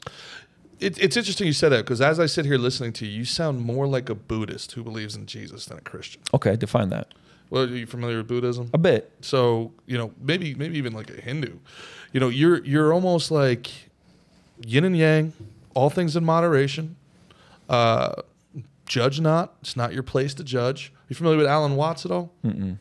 Yeah, I would love nothing more than to sit down. And all the hours I've listened to Jordan Peterson, as much as I respect him, I would love to ask him about Alan Watts because, you know, he's discipline and conformity and doing the right things and structure, you know, and the yang to that is none of this matters. What really, who cares? You should be out here playing. Mm-hmm. You know, like this world is here for music and laughter. It's finite, and that's Alan Watts. And Alan Watts is just putting a white face on Buddhism. That's interesting. So yeah, I mean, I think these are things that, in my opinion, are so evident in Scripture. You know, and I think that the hurdles that people have are more man-made. And they're more things as a byproduct of human nature and evil in the world and absolute power and all these things that we look at other institutions and we go, oh yeah, that's jacked up. But for some reason, it's tough when it's attached to faith. But I think the reality is also, if the bodily resurrection of Jesus happened, then that changes how I view everything before that and after that.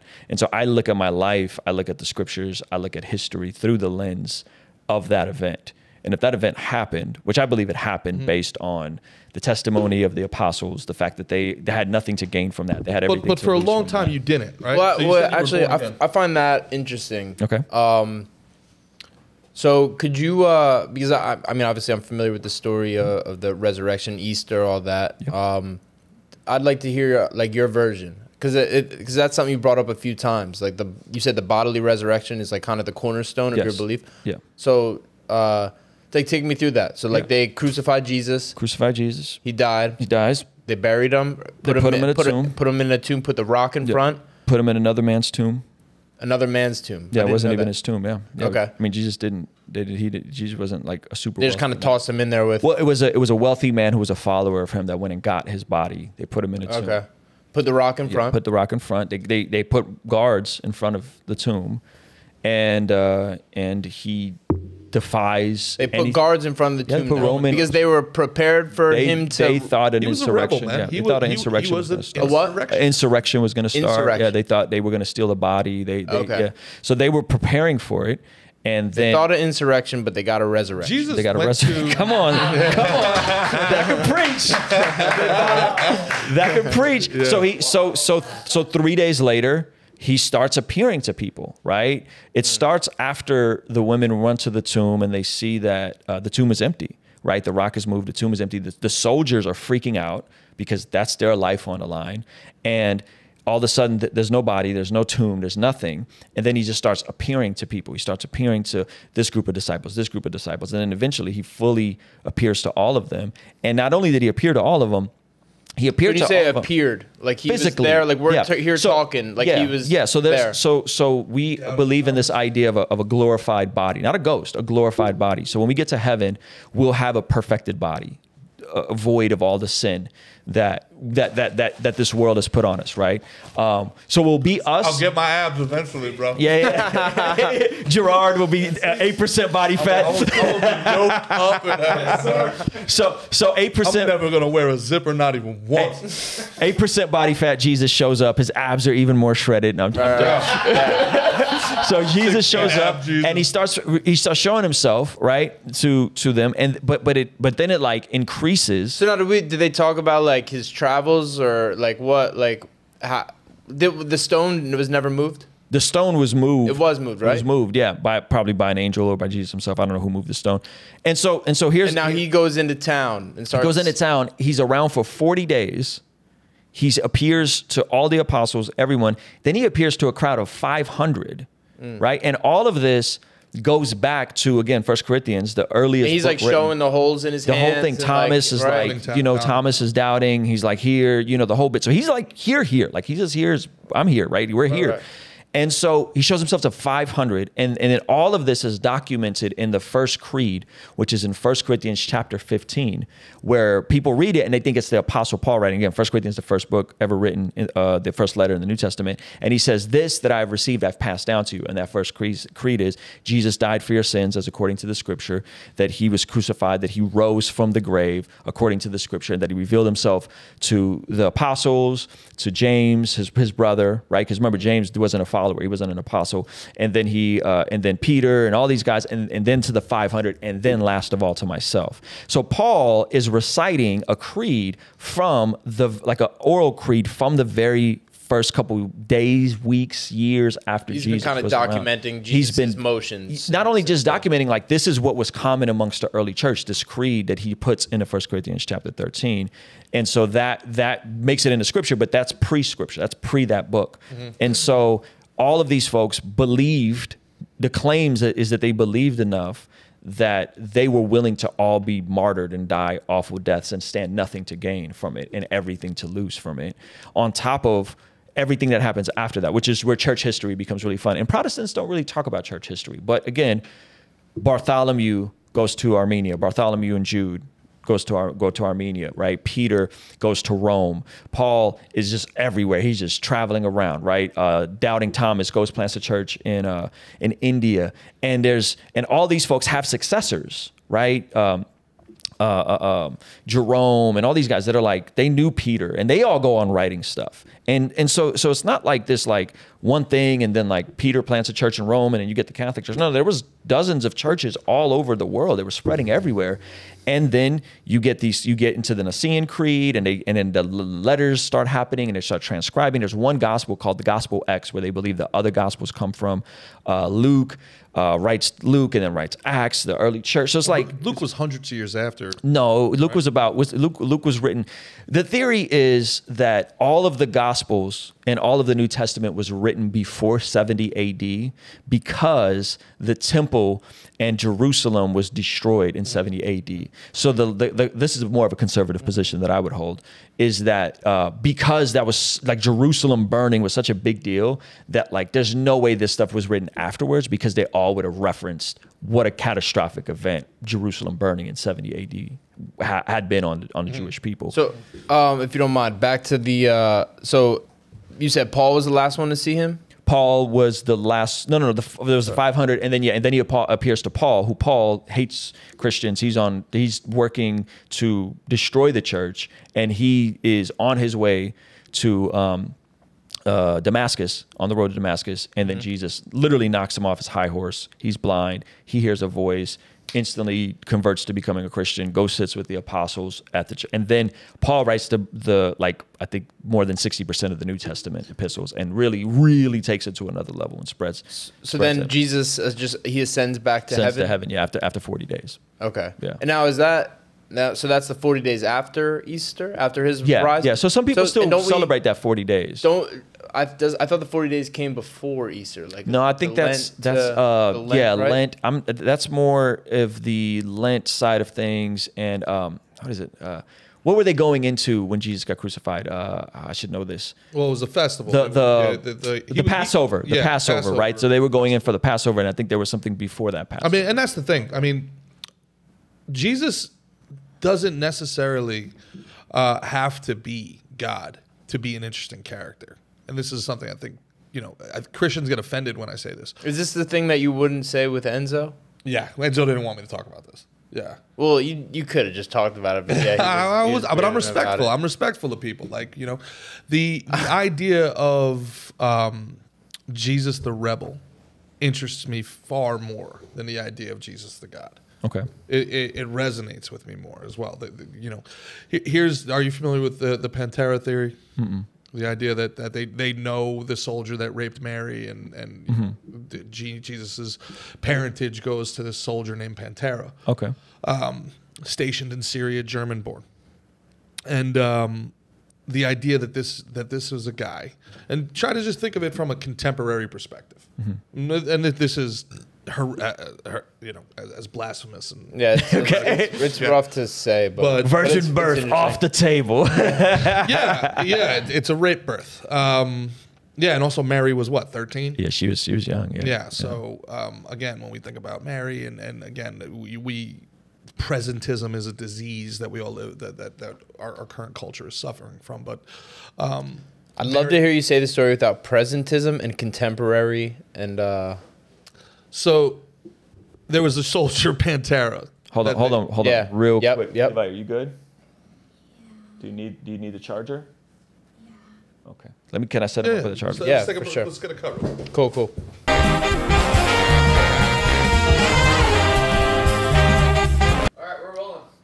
Yeah. All right, so we left off on you talking. Then we had to break for a second, but that was. I'll get back into the Pantera thing, but you were saying off camera that you used to be pretty strong in your faith. You used to feel very, very strong and. Like I grew up with we used to go to church on Saturdays and stuff, and on Saturdays. We go Saturdays a lot. There was Saturdays and Sundays, but whatever. It's the same difference, but. Is your family still religious and my grandmothers? Yeah.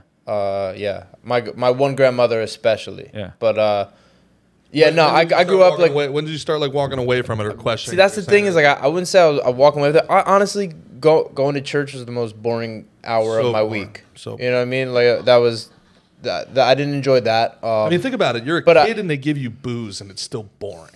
It's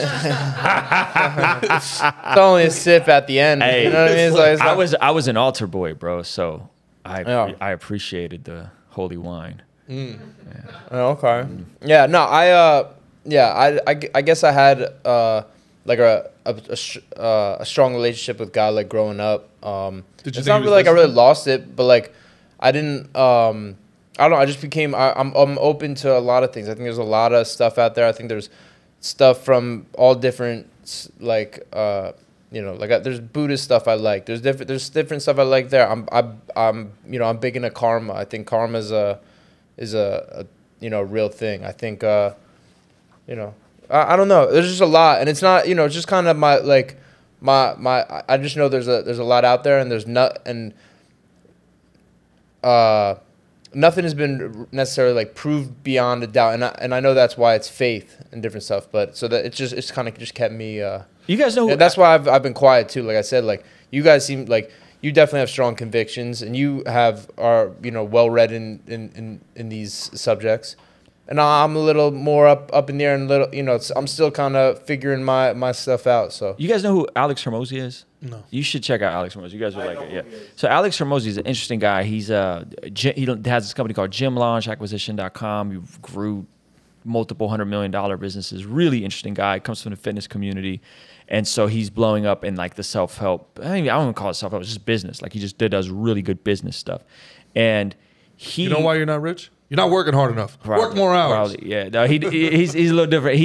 He opened up on the Graham Stephan show about his faith, and he came out. I was like, oh yeah, I used to be a really, really hardcore Christian. And me and him engaged a little bit in DM. And so anyway, he came on the second time, and he made this point. He said, so now he's a nihilist. He's just it doesn't matter. I'm nihilist, agnostic. Mm-hmm. And he said, you can cut it either way. Like if you're being objective and reasonable, because we're not talking about proof, right? We're talking about there's something that you can believe in with a confidence beyond a reasonable doubt, right? I can't show anyone like, look, the tomb is empty. I mean, I guess you can go to Jerusalem and show the tomb is empty, but you can't. It's not the same. Did I tip that? I think, yeah. You're good. Okay. So we're not talking about proof, right? Like it's not empirical proof. We're talking about something that is formed based on a series of claims that's beyond a reasonable doubt. And so he, who's not a Christian anymore, he's again, agnostic, nihilist, made the argument that like, if you look at all the evidence and you look at the resurrection, you can cut it either way. You can really look at it objectively and say, man, Jesus might be who he really is. Jesus might be who he really claimed to be. Jesus might, like, there's enough there, and it could go the other way, right? I believe that Jesus is who he says he was, that he wasn't a crazy man. He wasn't just a rebel. He wasn't just a good teacher. I believe he is who he really says he is, based on history and how much that transformed history, and based on the actual experience I had, where I grew up in a single parent home. My dad left, my mom divorced, single mom, addicted to alcohol, on welfare. My life outside of playing basketball, I had no structure. And then like I had this dark trajectory, and like God intervened and like grabbed a hold of me, and literally everything changed. You know, like I got friends that spent the most of their adult life in prison. I got friends that have died in gang wars. I got friends that are in prison till this day, and like something happened, man. Something supernatural happened that I don't think it was just placebo. You know, so, and then I looked at, but what convinced me was the history part. Like what convinced me was reading a book called The New Evidence That Demands a Verdict. I was a sophomore dating a Jehovah's Witness girl, super confused, not sure if Jesus was God. And I was working at a Pizza Hut, and they recommended a book this thick, and it was by a guy named Josh McDowell. Oddly enough, I'm friends with his son now. He would be a great guest on your podcast, Dr. Sean McDowell. He has a YouTube channel.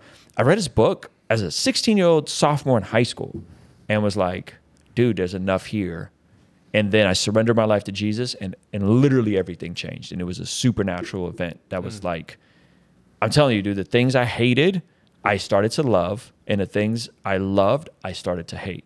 And it made no sense on paper. And then a couple years later, I meet my wife, you know, keep going. I'm at the same church. I've been in the same church for 20 years.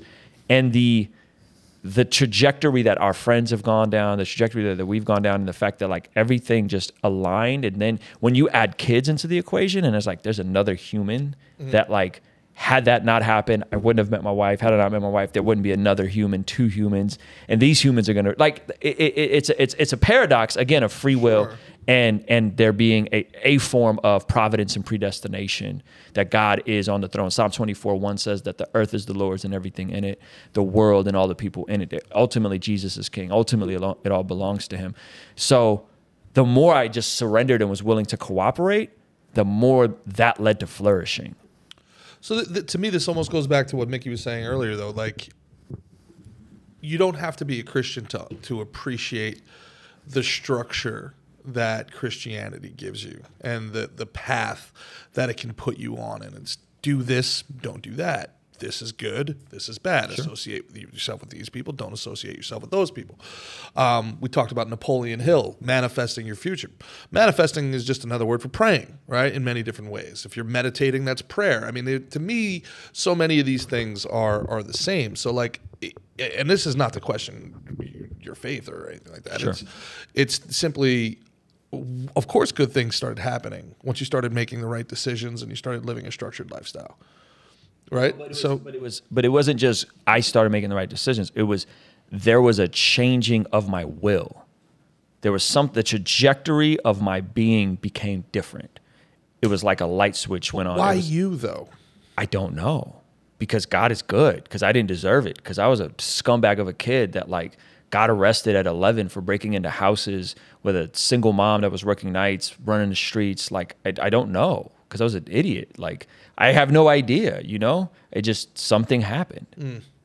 Well, You got to go back and tell your... okay, you yeah. Go back and tell your thing. I will. And so it's interesting that you talked about the historical aspect of it, because the historical Jesus interests me very, very, very much. Believe in him as the Son of God or not, the fact that everybody in the world knows who this guy, this peasant who lived in in a colony, in a colonized. Galilee. What good comes out of Galilee? Yeah, That's what they said about him. And that's 2,000 years ago. Yeah. Everybody knows who he is. I mean, whether he exists or not, or he was an amalgamation of different like to me, the historical Jesus is very, very interesting. Islam talks about Jesus as a prophet. The rebel aspect, the political aspect, and it's so interesting to me because in these times people are taking politics as their religion, and they're performing these ideas of faith. And when I hear what you said before, about it's faith, to me that's trust the science. To me, that's trust the science. Okay. You don't need. I don't need to show you my work. Just trust the science. That's bringing it back to faith. That's not what science is supposed to be about. In fact, the evidence you're talking about, Sean McDonald, I'll be interested to talk to him about noetic science. Noetic science started with a group of scientists who wanted to use technology and mathematics to disprove religion. And they ended up proving that there's something here that we can't account for. They almost proved religion. 28 grams, the soul, that sort of things. And it opened up more questions than it gave answers. Yeah. I mean, fine-tuning of the universe. Richard Dawkins just came out this week in a conversation with Francis Collins, who's a person of faith, and came out and said, man, the fine-tuning of the universe is actually a really good argument for there being a God. Richard Dawkins, like the atheist guy, the face of modern-day atheism, came out and said, yeah, fine-tuning of the universe is a good argument for God. Well, you can believe that there's a creator of the universe. Can you, in your estimation, believe that there's a creator of the universe without believing that Jesus is the son of that creator? You could, sure. People could believe whatever they want. Yeah. I think if anyone genuinely wants to seek out Jesus, but through the history or through being humble enough to say, Jesus, if you really are who you claim to be in the scriptures, reveal yourself to me. And whatever that means, like if somebody's bold enough to pray that, because that's what I did. If you're really Jesus, if you're really God, show yourself to me. Prove, reveal yourself to me. And he did. So I think anyone that's willing to say that and wherever the most reasonable, by changing your will, by changing my will, by like these weird experiences that I kept having with God, just placing people in my life that just, there's so many stories I could tell you guys about just random providential experiences of like people way before when I got arrested, I was 11, 10, 12 years old saying I was an atheist. Like I was projecting that because of the stuff that I had seen in church, because of the hypocrisy that I saw in church, right? And my dad leaving my mom. Where'd you grow up? I grew up in San Diego. And so we came out as refugees, 1991, pogroms of Baku in Soviet Russia, never went to church. Come to America, all of a sudden, there's this Armenian church and we're all going. My mom and my dad, my dad and my mom are together. They split. The church remarries my dad, even though they weren't supposed to. My mom leaves the church. I still stick around, become an altar boy. The community was thriving because these are all these refugees from Baku in this church, this Armenian church. I just went a couple weeks ago, so I don't have any hostilities towards them. And what happened was I was an altar boy, and there was these kids that were like 13, 14, 15 years old, and I was like 7, 8, 9 years old, and I ended up getting molested by these kids. And when that happened, it was flipped and pinned to make me look like the aggressor. And my entire like local community ostracized me, my family. It was really, really dark. And so, and it was like the church didn't do anything about it. Like it was known. And so I grew up like, dude, if there's a God, like he hates me. Why would he let that happen? Why would he let that happen to me? Why would he let my dad leave? And now me and my mom are on welfare. Yeah. My dad has a new family. He's, and again, we're good now. Me and my father are actually really close now. Why would he allow this to happen to me? And then there was a lady, there was 2 refugee families in an all-black apartment complex in Southeast San Diego. It was Normal Heights area, East San Diego. And the manager, this lady named Cherie, who I'm still friends with till this day, like, dude, one night her son slept in my house. We'd have like these sleepovers across the building. It's like an 8-unit building. Drive by at her house, literally like the back alleyway shot up, bullets where we would have been sleeping, right? Cherie gets saved in jail. She goes to jail for moving weight, like big amounts of cocaine, goes to jail, gets radically saved in jail. The whole apartment complex gets saved because of her getting saved. And this is like, now we're talking about the Black Baptist tradition, totally different. And I got arrested, atheist, and they were like, and I had to do community service. So I go do community service at this Black Baptist church, and everyone there was like, God's going to use you. God's going to do something in your life. And I'm like, there is no God. And if there is, he hates me. And then 5 years later, God puts more people in my life. My science teacher in high school is a Christian, right? Like my science teacher who's teaching me about evolution is a Christian, telling me, right? Like it was like these weird encounters. And then I finally started dating a girl, started going to a church, dated a Jehovah's Witness girl after her, super confused, not knowing what was what. And then finally I was working at Pizza Hut. The lead driver was a Christian. My manager was a Christian. And they're like, dude, like, no, read this book. Here, they gave me this textbook. What was the name of that again? The New Evidence That Demands a Verdict by Josh McDowell. And I literally read that book, and it had like a breakdown. A lot of these like FAQ type of questions, they had like a breakdown, and I read it. And then I read Case for Christ by Lee Strobel, which I actually just got Adam Sauce. And Lee Strobel was an atheist journalist writing for the Chicago Tribune. Trying to disprove Jesus, because his wife got saved. And in the process of trying to disprove Jesus, gets radically saved and becomes one of the biggest apologists for the faith when he actually went and looked at the claims of the early church. So like that was the stuff that like it was that, and then it was like the radical supernatural thing that like transformed me, that I was like, man, there's something here. And again, and then when you factor in family and meeting your wife and how providential that felt, like it was just weird. So can someone believe there's a God and not believe Jesus is his son, or believe Jesus is God? Sure, someone can, but I don't know if anyone could objectively go down the rabbit hole of what the claims are, what the history is, and be willing and as bold to pray, Jesus, if you're real, reveal yourself to me. I don't know how anyone can do that and not come to the conclusion that Jesus is who he says he is. Interesting. And when you pray, you feel like Jesus himself is listening to you? Yeah. He's hearing. I don't always feel like it, but I think God hears me. God hears my prayers. You know, I think God heard our prayer at the beginning of this conversation. I mean, I don't know. This seems like a really interesting conversation. Like we're sitting here, you know, like it's a pretty dope conversation. You know, I think God heard that. When you pray, did you think anybody was listening? Yeah. You did. Yeah, I didn't think I wasn't saying it for nothing. Not just out of like routine or. No. Thought there's something to it. How about you? No.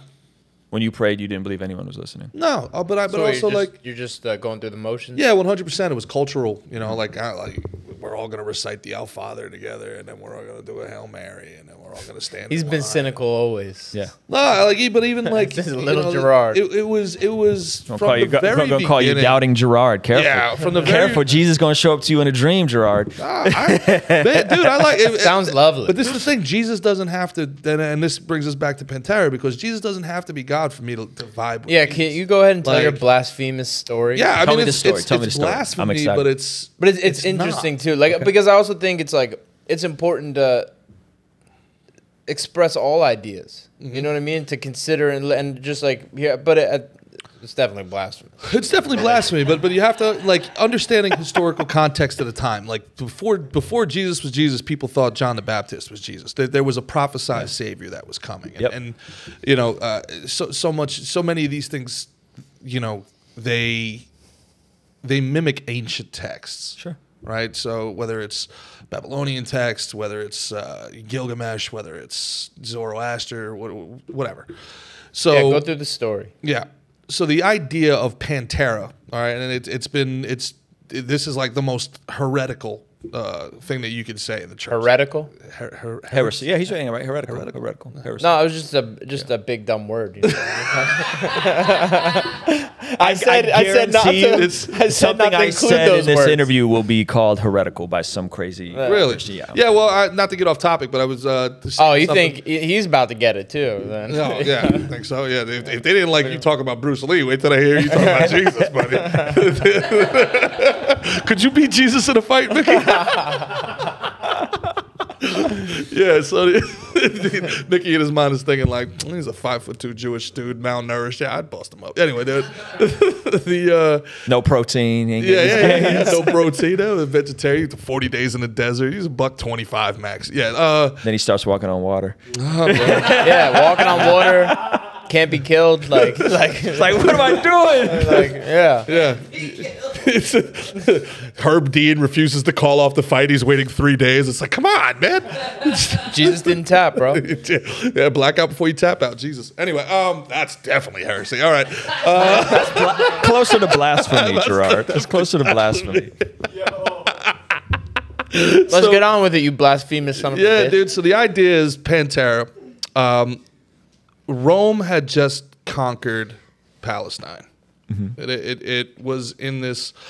They were colonizing them currently, and there was a ton of sects. There was a huge break in Judaism as to whether or not they were going to go along with the colonization or whether they were going to revolt against it. Okay. And there was a huge schism within the Jewish community because no different than today, the higher-ups and the elites were like, you know what? We should just get along with them. It's great because they were getting paid by the Romans.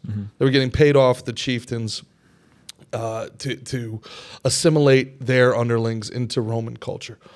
Rome was the first, it's easy to see where the mafia came from, Roman soldiers.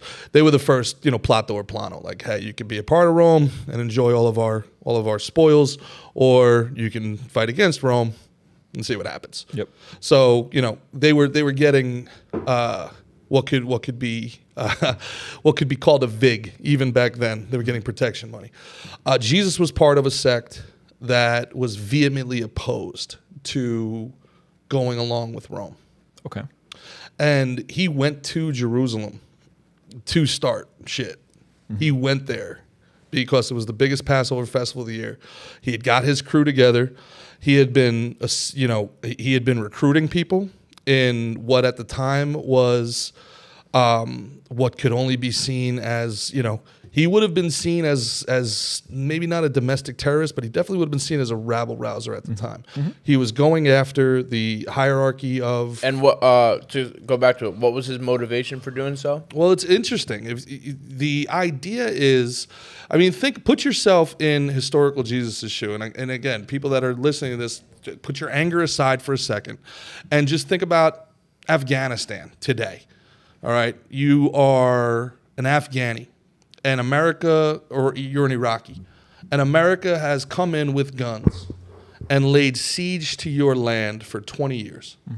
And God forbid an American soldier rapes your mom when she's 13. And you're being raised.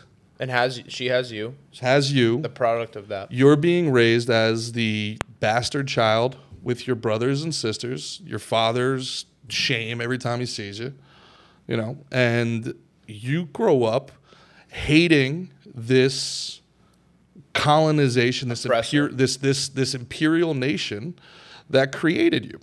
And then you see what's happening. The people that are supposed to have your back, your tribesmen, are they're kowtowing to the imperial guard. And you say, this is nonsense. If these people don't have our back, we don't need them. They're not Jews. They're not Palestinians. They're Romans. And they're using usury. They're giving up on all of our values, what makes us to get with them. They're bought. He didn't go to the temple and burn the Torah. He flipped over the money tables, right? He didn't go and when he went to Jerusalem, he didn't go to not be seen. He walked to the middle of the square at the biggest festival of the year. People would take month-long pilgrimages to get there, and he went there with his gang, with his team, his whole squad. He rolled deep to this thing. That's the disciples. He rolled deep, and he flipped over the money tables. He walked in and went straight to the front. I'm here. That's a political statement. This is a guy, this is a refugee born out of, in this case, rape, and under an imperial guard that is rebelling against the system. And he's so good at it, and he's so charismatic, and he's so right in many ways of what he was saying. The entire society as we know it is built off of his teachings 2,000 years later. He doesn't have to be a god. He's the most impactful human being that ever lived. So how does it all go wrong with the crucifixion? What do you mean, how's it go wrong? So why Revolution kills its young. So did he want to get crucified? I think did he want to become a martyr? I think there may be something to that. Okay. I think there may be something to that because they could have let him off. Yeah. They could. Yeah. Well, he could have told them to let him off. And it's very, very interesting because he allowed that to happen because they pressed him like, "Are you the Son of God?" Of course. Or not? But it's also very interesting. And this is why we talked about the Council of Nicaea before. And I think your knowledge on this is so impressive, and I've learned so much for you, man. I can't thank you again for coming on. I do disagree with you a little bit on what the Council of Nicaea We just was did a Joe Rogan response about the Council of Nicaea. Me and my buddy John McCrae, who's way smarter than me, so I'm fairly like brushed up on like this whole But Council to me, of though, Nicaea the thing. Council of Nicaea comes and it's a Which is the Council of Nicaea? It's a 325. Yeah. it's as Eastern and Western Rome is breaking up, and they're trying to bring it back together. And Christianity has essentially won. Christianity went from being this like This is after pain the in the ass. crucifixion. And Yeah, this is a couple hundred years after. Yeah, it was seen as a you said fringe. 325. You know, like imagine going around to pagan Rome, having sex all over the place, drinking wine every day, and they're like, God doesn't like this. And they're like, okay, buddy, yeah, you grab that guy. And then after a while, they're like, well, you see, yeah, shouldn't have had sex with your sister. Look at that kid. Yeah, He's trying to tell you. It's controversial because the question of like, did Constantine really get saved or not? Did he really get saved, or Yeah. was it a political? Or was it a move, political right? Because move, yeah. a lot That's of a what fair question. And also Pontius Pilate, Pontius. the Roman Pontius Pilate. I'm sorry, Pontius Pilate. He's very punctual. He was on time. Being, Yeah. being the good guy. Yeah. Yeah.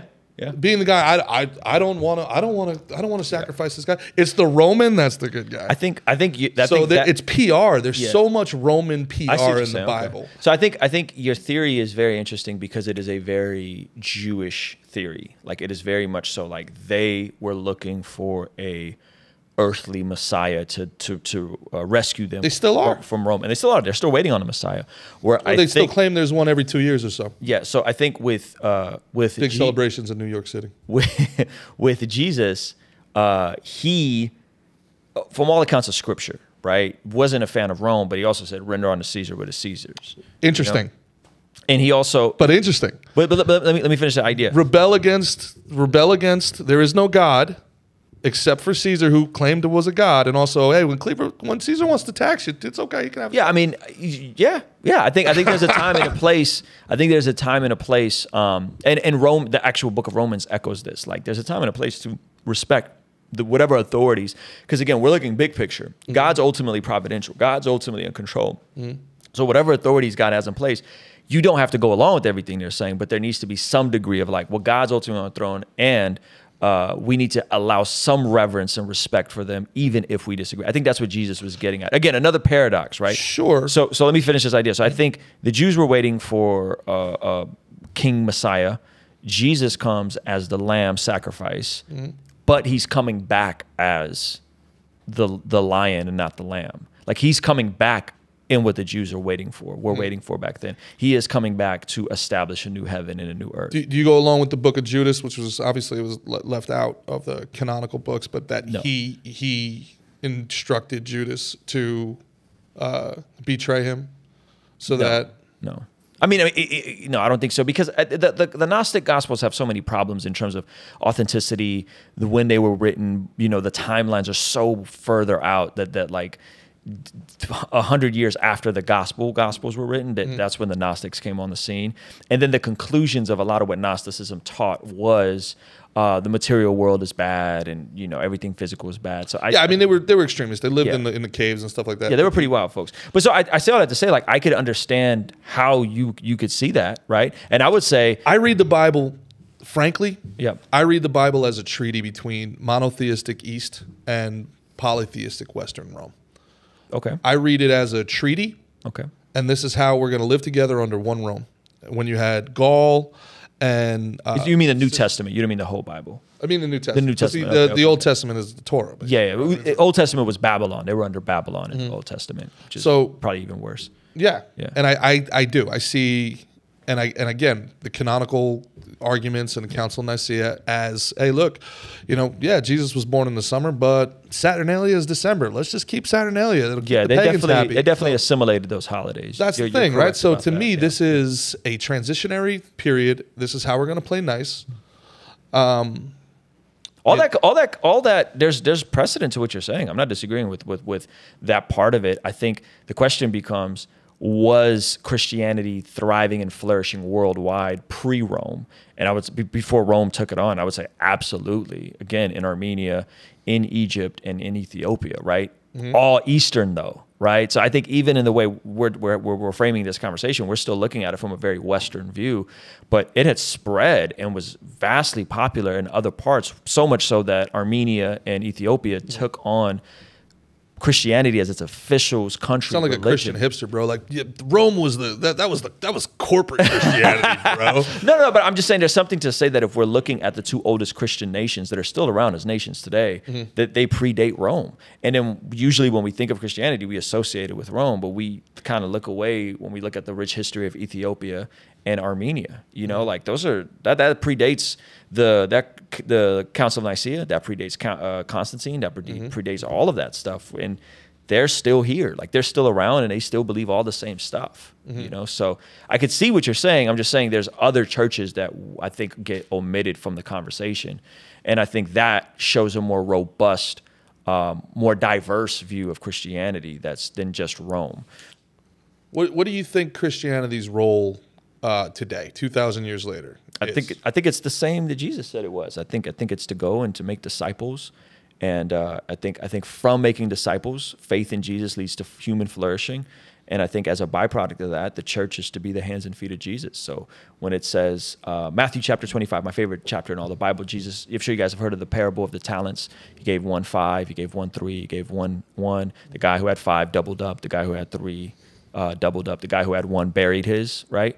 So it's a parable about taking care of your responsibilities. It's a parable about being faithful with what you've been given, faithful with your time, talent, and treasure. That's what the moral of the story is, right?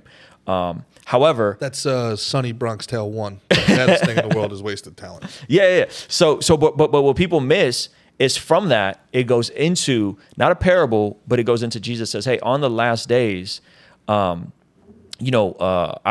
come I'll separate the sheep from the goats, and I would tell these folks like, man, when I was in prison, you didn't visit me. When I was naked, you didn't clothe me. When I was hungry, you didn't feed me. When I was down and out, you didn't take care of me. And then they'll say, when did we see you hungry and naked and on? They said, whatever you did to the least of these, you did unto me.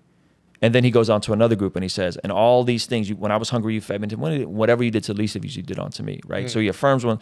And so the macro application of faith in Jesus, in my opinion, and I think from James saying, care for the widow and the orphan, is to be the hands and feet of Jesus on this side of eternity, is to lead in charity, is to lead in mercy, is to lead in helping people change the corner and change the trajectory in the same way my life was changed. I think that is that is what the church is around for today.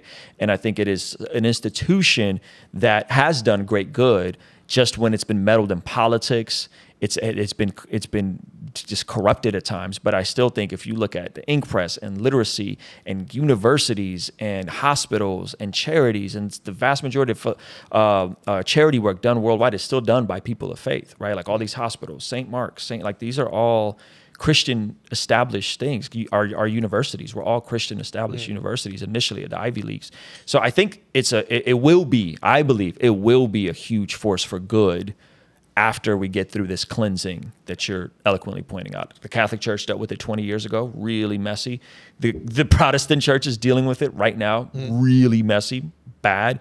And I think there's going to be a cleansing, and then I think people will wake up and say, man, you know what? It's yes, the politics matter, but like, am I loving my neighbor? Yes, the politics matter, but like, am I caring for orphans? Yes, the politics matter, but like, do I care for widows and single moms? Yeah, I agree. I think for sure the main like tenets, like you can't really argue with them. You know what I mean? Like it's about being a good person, living a good life, and like doing right like on others. If the pro-life movement, and I'm just using that as a political one, if the pro-life movement was more associated with all these folks that are outraged about abortion, they all adopt babies and take care of kids. Sure. If that was the framing of that, it would be received, in my opinion, by some people differently.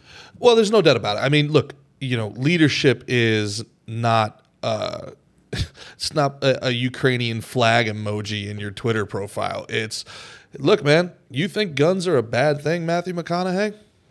Get rid of your security detail.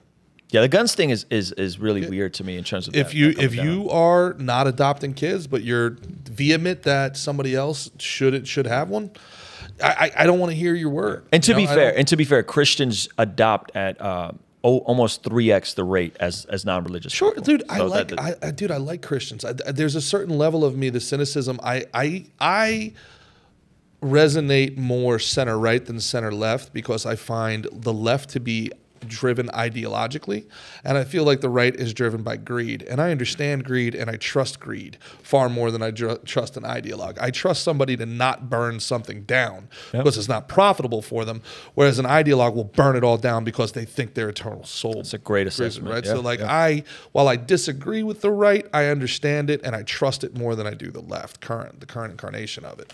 And in that regards, I understand Christians and I trust Christians more because they do things that are good. And it doesn't matter to me if they do them out of the kindness of their heart or because they're being, held, their souls being held hostage by Sky Cop. It doesn't matter. We call him Big Sky Daddy. Big Sky Daddy. Yeah, if they want to adopt a kid because they think Big Sky Daddy's sitting there smacking the belt if they don't, it doesn't bother me. Yeah. Like I don't that like that. Yeah, you're thinking negative reinforcement. I mean positive reinforcement. Like we care for a child right now that's not biologically ours. I'll spare you the details, but it's not. I have to. It's I get to. Which I respect and it's that. one of the most fulfilling and amazing experiences while Yeah, simultaneously being extremely challenging. Oh, dude, I can only imagine. it's but real man. Ruslan, and I mean this from the bottom of the heart. I don't care your motivations for doing it. I just respect you for doing it. Sure. Yeah. There's like people that get mad at the Ronald McDonald House because they donate to charity and they're like, it's just a tax break. And I'm like, you think that matters to the kids that have houses? Yep.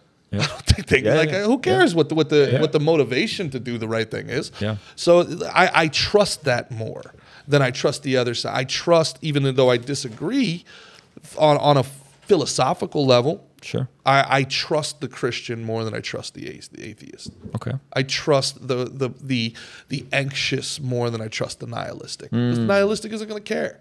They don't care if it burns down. Yeah. Yeah. I think that the deeper question, and we could talk about any political, social issues. I think the deeper question is there's this removal of objective truth from the dialogue, right? Like from the conversation. And I think the more we see that pulled back, the more and everything can become flimsy. Like, is that a baby in there, or is it not a baby? Is it a man or is it a woman? Could not agree with you more, and that's a knows? great point. But isn't that a weird point to make as somebody whose entire worldview is based on, well, it's faith?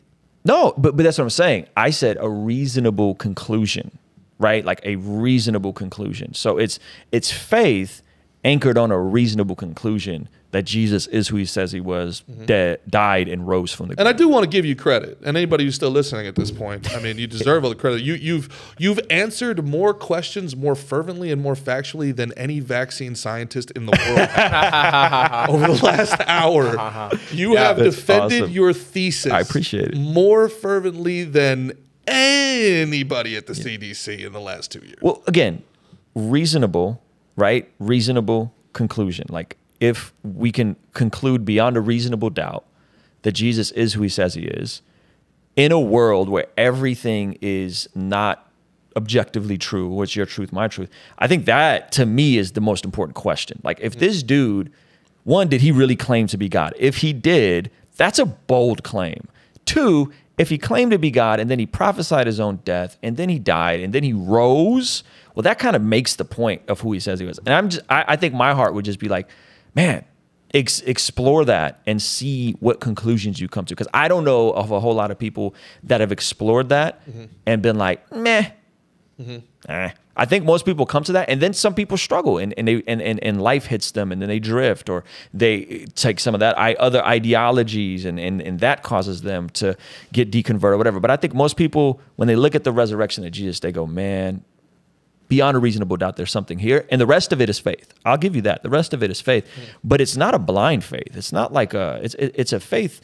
It's a faith based in some realities that we can assume things are what they are. It's not just like, a blind faith. And it's definitely not like man can be women and women can be men. And, like this, it's definitely not that. Like it's more anchored in history and church history and an actual event that rocked everything than just that. And so I think now it's tough to navigate those conversations in a very postmodern world, which is hilarious because postmodernism wasn't even supposed to be a worldview.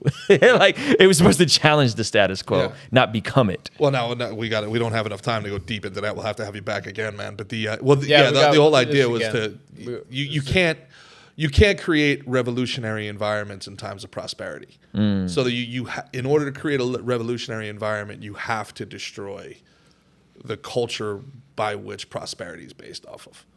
It's the Frankfurt School. It's Antonio Gramsci, if anybody wants to go. Yeah, I've looked into the Frankfurt School. And so my response, generally speaking, to all of that, right? And I think there could be real serious implications to that. And there could be people that are on edge and paranoid, and there could be a wide spectrum, right? My response to all of it is usually Psalm 24:1. The earth is the Lord's and everything in it. God is on the throne. Everything is God's. And so I have a faith that empires have came and went, right? But ultimately Jesus is who he says he is. And because of Christians being influential in culture, I think we've seen the world turn substantially better over the last 100 years than worse. Specifically the last 20 or 30 years in terms of, 200 years ago, 95% of the world lived in abject poverty. Today, it's less than 10%. Why? Because of organizations. You guys ever heard of Charity Water? I don't. Founded by a Christian dude, not a Christian organization.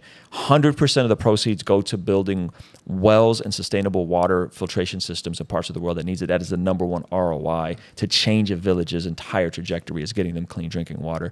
And this is one of the few, 100%, every dollar. So like we raised enough to build a well in a part of the world that doesn't have a well, to transform a village. Like when we come together and put together resources, we can literally move the needle for good to people that are living in abject poverty. They don't got clean drinking water, right? So that's what I think the mission of the check out Charity Water. Yeah. They do really good stuff. And then again, not a Christian organization. I don't want to put that on them, but the founder comes from a Christian background, and it's incredible. So there's so many people doing so much good work that are coming from a Jesus is God worldview that I think I see the good, and I see if everyone does their contribution, then I think the world will get better.